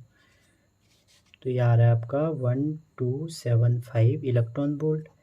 अब देखिए ये आपकी एनर्जी है, तो आप ये देखिए कि ये एनर्जी कब आएगी, ठीक है। तो जब इलेक्ट्रॉन पहले में था आपको ये देखना पड़ेगा, तो एनर्जी कितनी आई, हाइड्रोजन है तो 13.6 ओवर n² इलेक्ट्रॉन वोल्ट होता है। n2 में कितना आएगी, n3 में कितनी आएगी, इनका डिफरेंस करिए, n4 में कितना आएगी। तो n1 से लेके अगर आप 4 जाओगे तो आपकी इतनी एनर्जी आएगी। दैट मीन्स n कहाँ पर है 4 में है, तो नंबर ऑफ स्पेक्ट्रल लाइन ये हो गया, तो ये कितना आ जाएगी 6। 42 है the binding energy per nucleon means एक न्यूक्लियन की दे रही है आपको इतनी इन न्यूक्लियर रिएक्शन, तो क्यू वैल्यू निकालो। तो आपको पता होना चाहिए क्यू वैल्यू जो होती है किसी भी रिएक्शन की वो होती है प्रोडक्ट माइनस रिएक्टेंट, ठीक है। तो ये आपको रिएक्शन दी है, तो यहाँ पर आप Q वैल्यू निकालेंगे। अब यहाँ पर देखिए 1H1 जो है प्रोटॉन है, उसकी आपको क्वेश्चन में भी नहीं दी है, ठीक है। 1H1 की आपको क्वेश्चन में भी नहीं दी है कहीं पे डेटा में, तो इसकी अराउंड 0 होती है और इसलिए हम इसको नहीं ले रहे हैं, ठीक है। तो Q वैल्यू कितनी हो जाएगी, पहले इसकी निकालेंगे। ये 2 है। अब देखिए ये रिएक्शन बैलेंस नहीं है, 3 1 4 यहाँ हुए हैं, तो सबसे पहले इसको बैलेंस करेंगे, ठीक। तो अब निकालेंगे तो 2 हीलियम की कितनी होगी, -3 लिथियम की कितनी होगी, ठीक है। तो ये 2 टाइम हीलियम की कैसे निकालेंगे, 4 इंटू पर न्यूक्लियन दिया आपको 7.06, तो 7.06 माइनस लिथियम की दी है आपको 5.60, तो इसको सॉल्व करें। ये हो गया आपका 56.48, ये हो जाएगा आपका 0.293, सॉल्व करके आ जा रहा है 1728, तो ये आपका आंसर हो गया, ठीक है। सिंपल था, पर न्यूक्लियन दी थी आपको टोटल की निकालनी। 43 कह रहा है आपसे, 43 करने से पहले 2 इजी देख लेते हैं।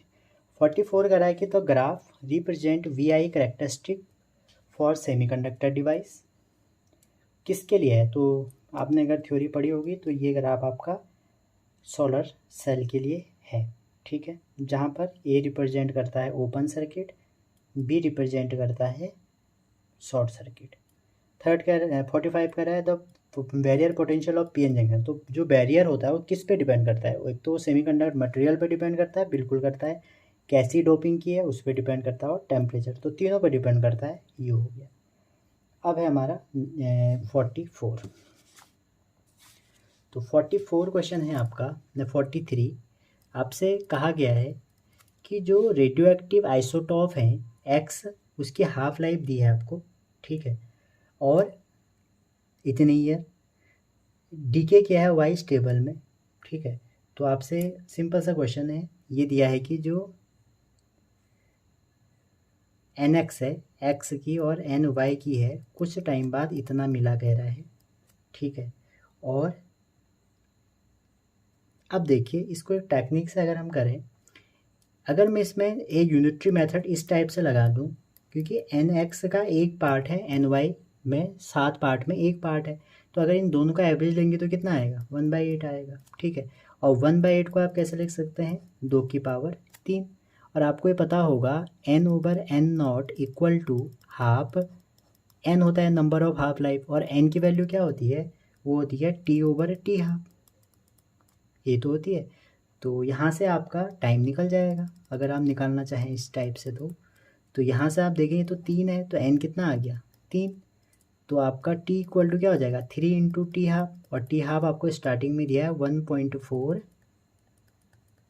10 की पावर 9, तो हो जाएगा 4.2 10 की पावर 9, ठीक है।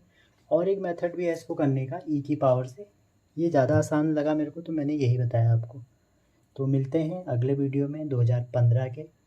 अगर आपने पुराने नहीं देखे हैं तो ज़रूर देखें, कहीं पर कमी रह गई हो, कोई क्वेश्चन आपको समझ में नहीं आया हो, कमेंट में ज़रूर लिखिए, मैं उसके अलग से एक वीडियो बना दूंगा, आप इसमें बिल्कुल मत करिए, क्योंकि गलतियां सभी से होती हैं, करते रहिए। Thank you.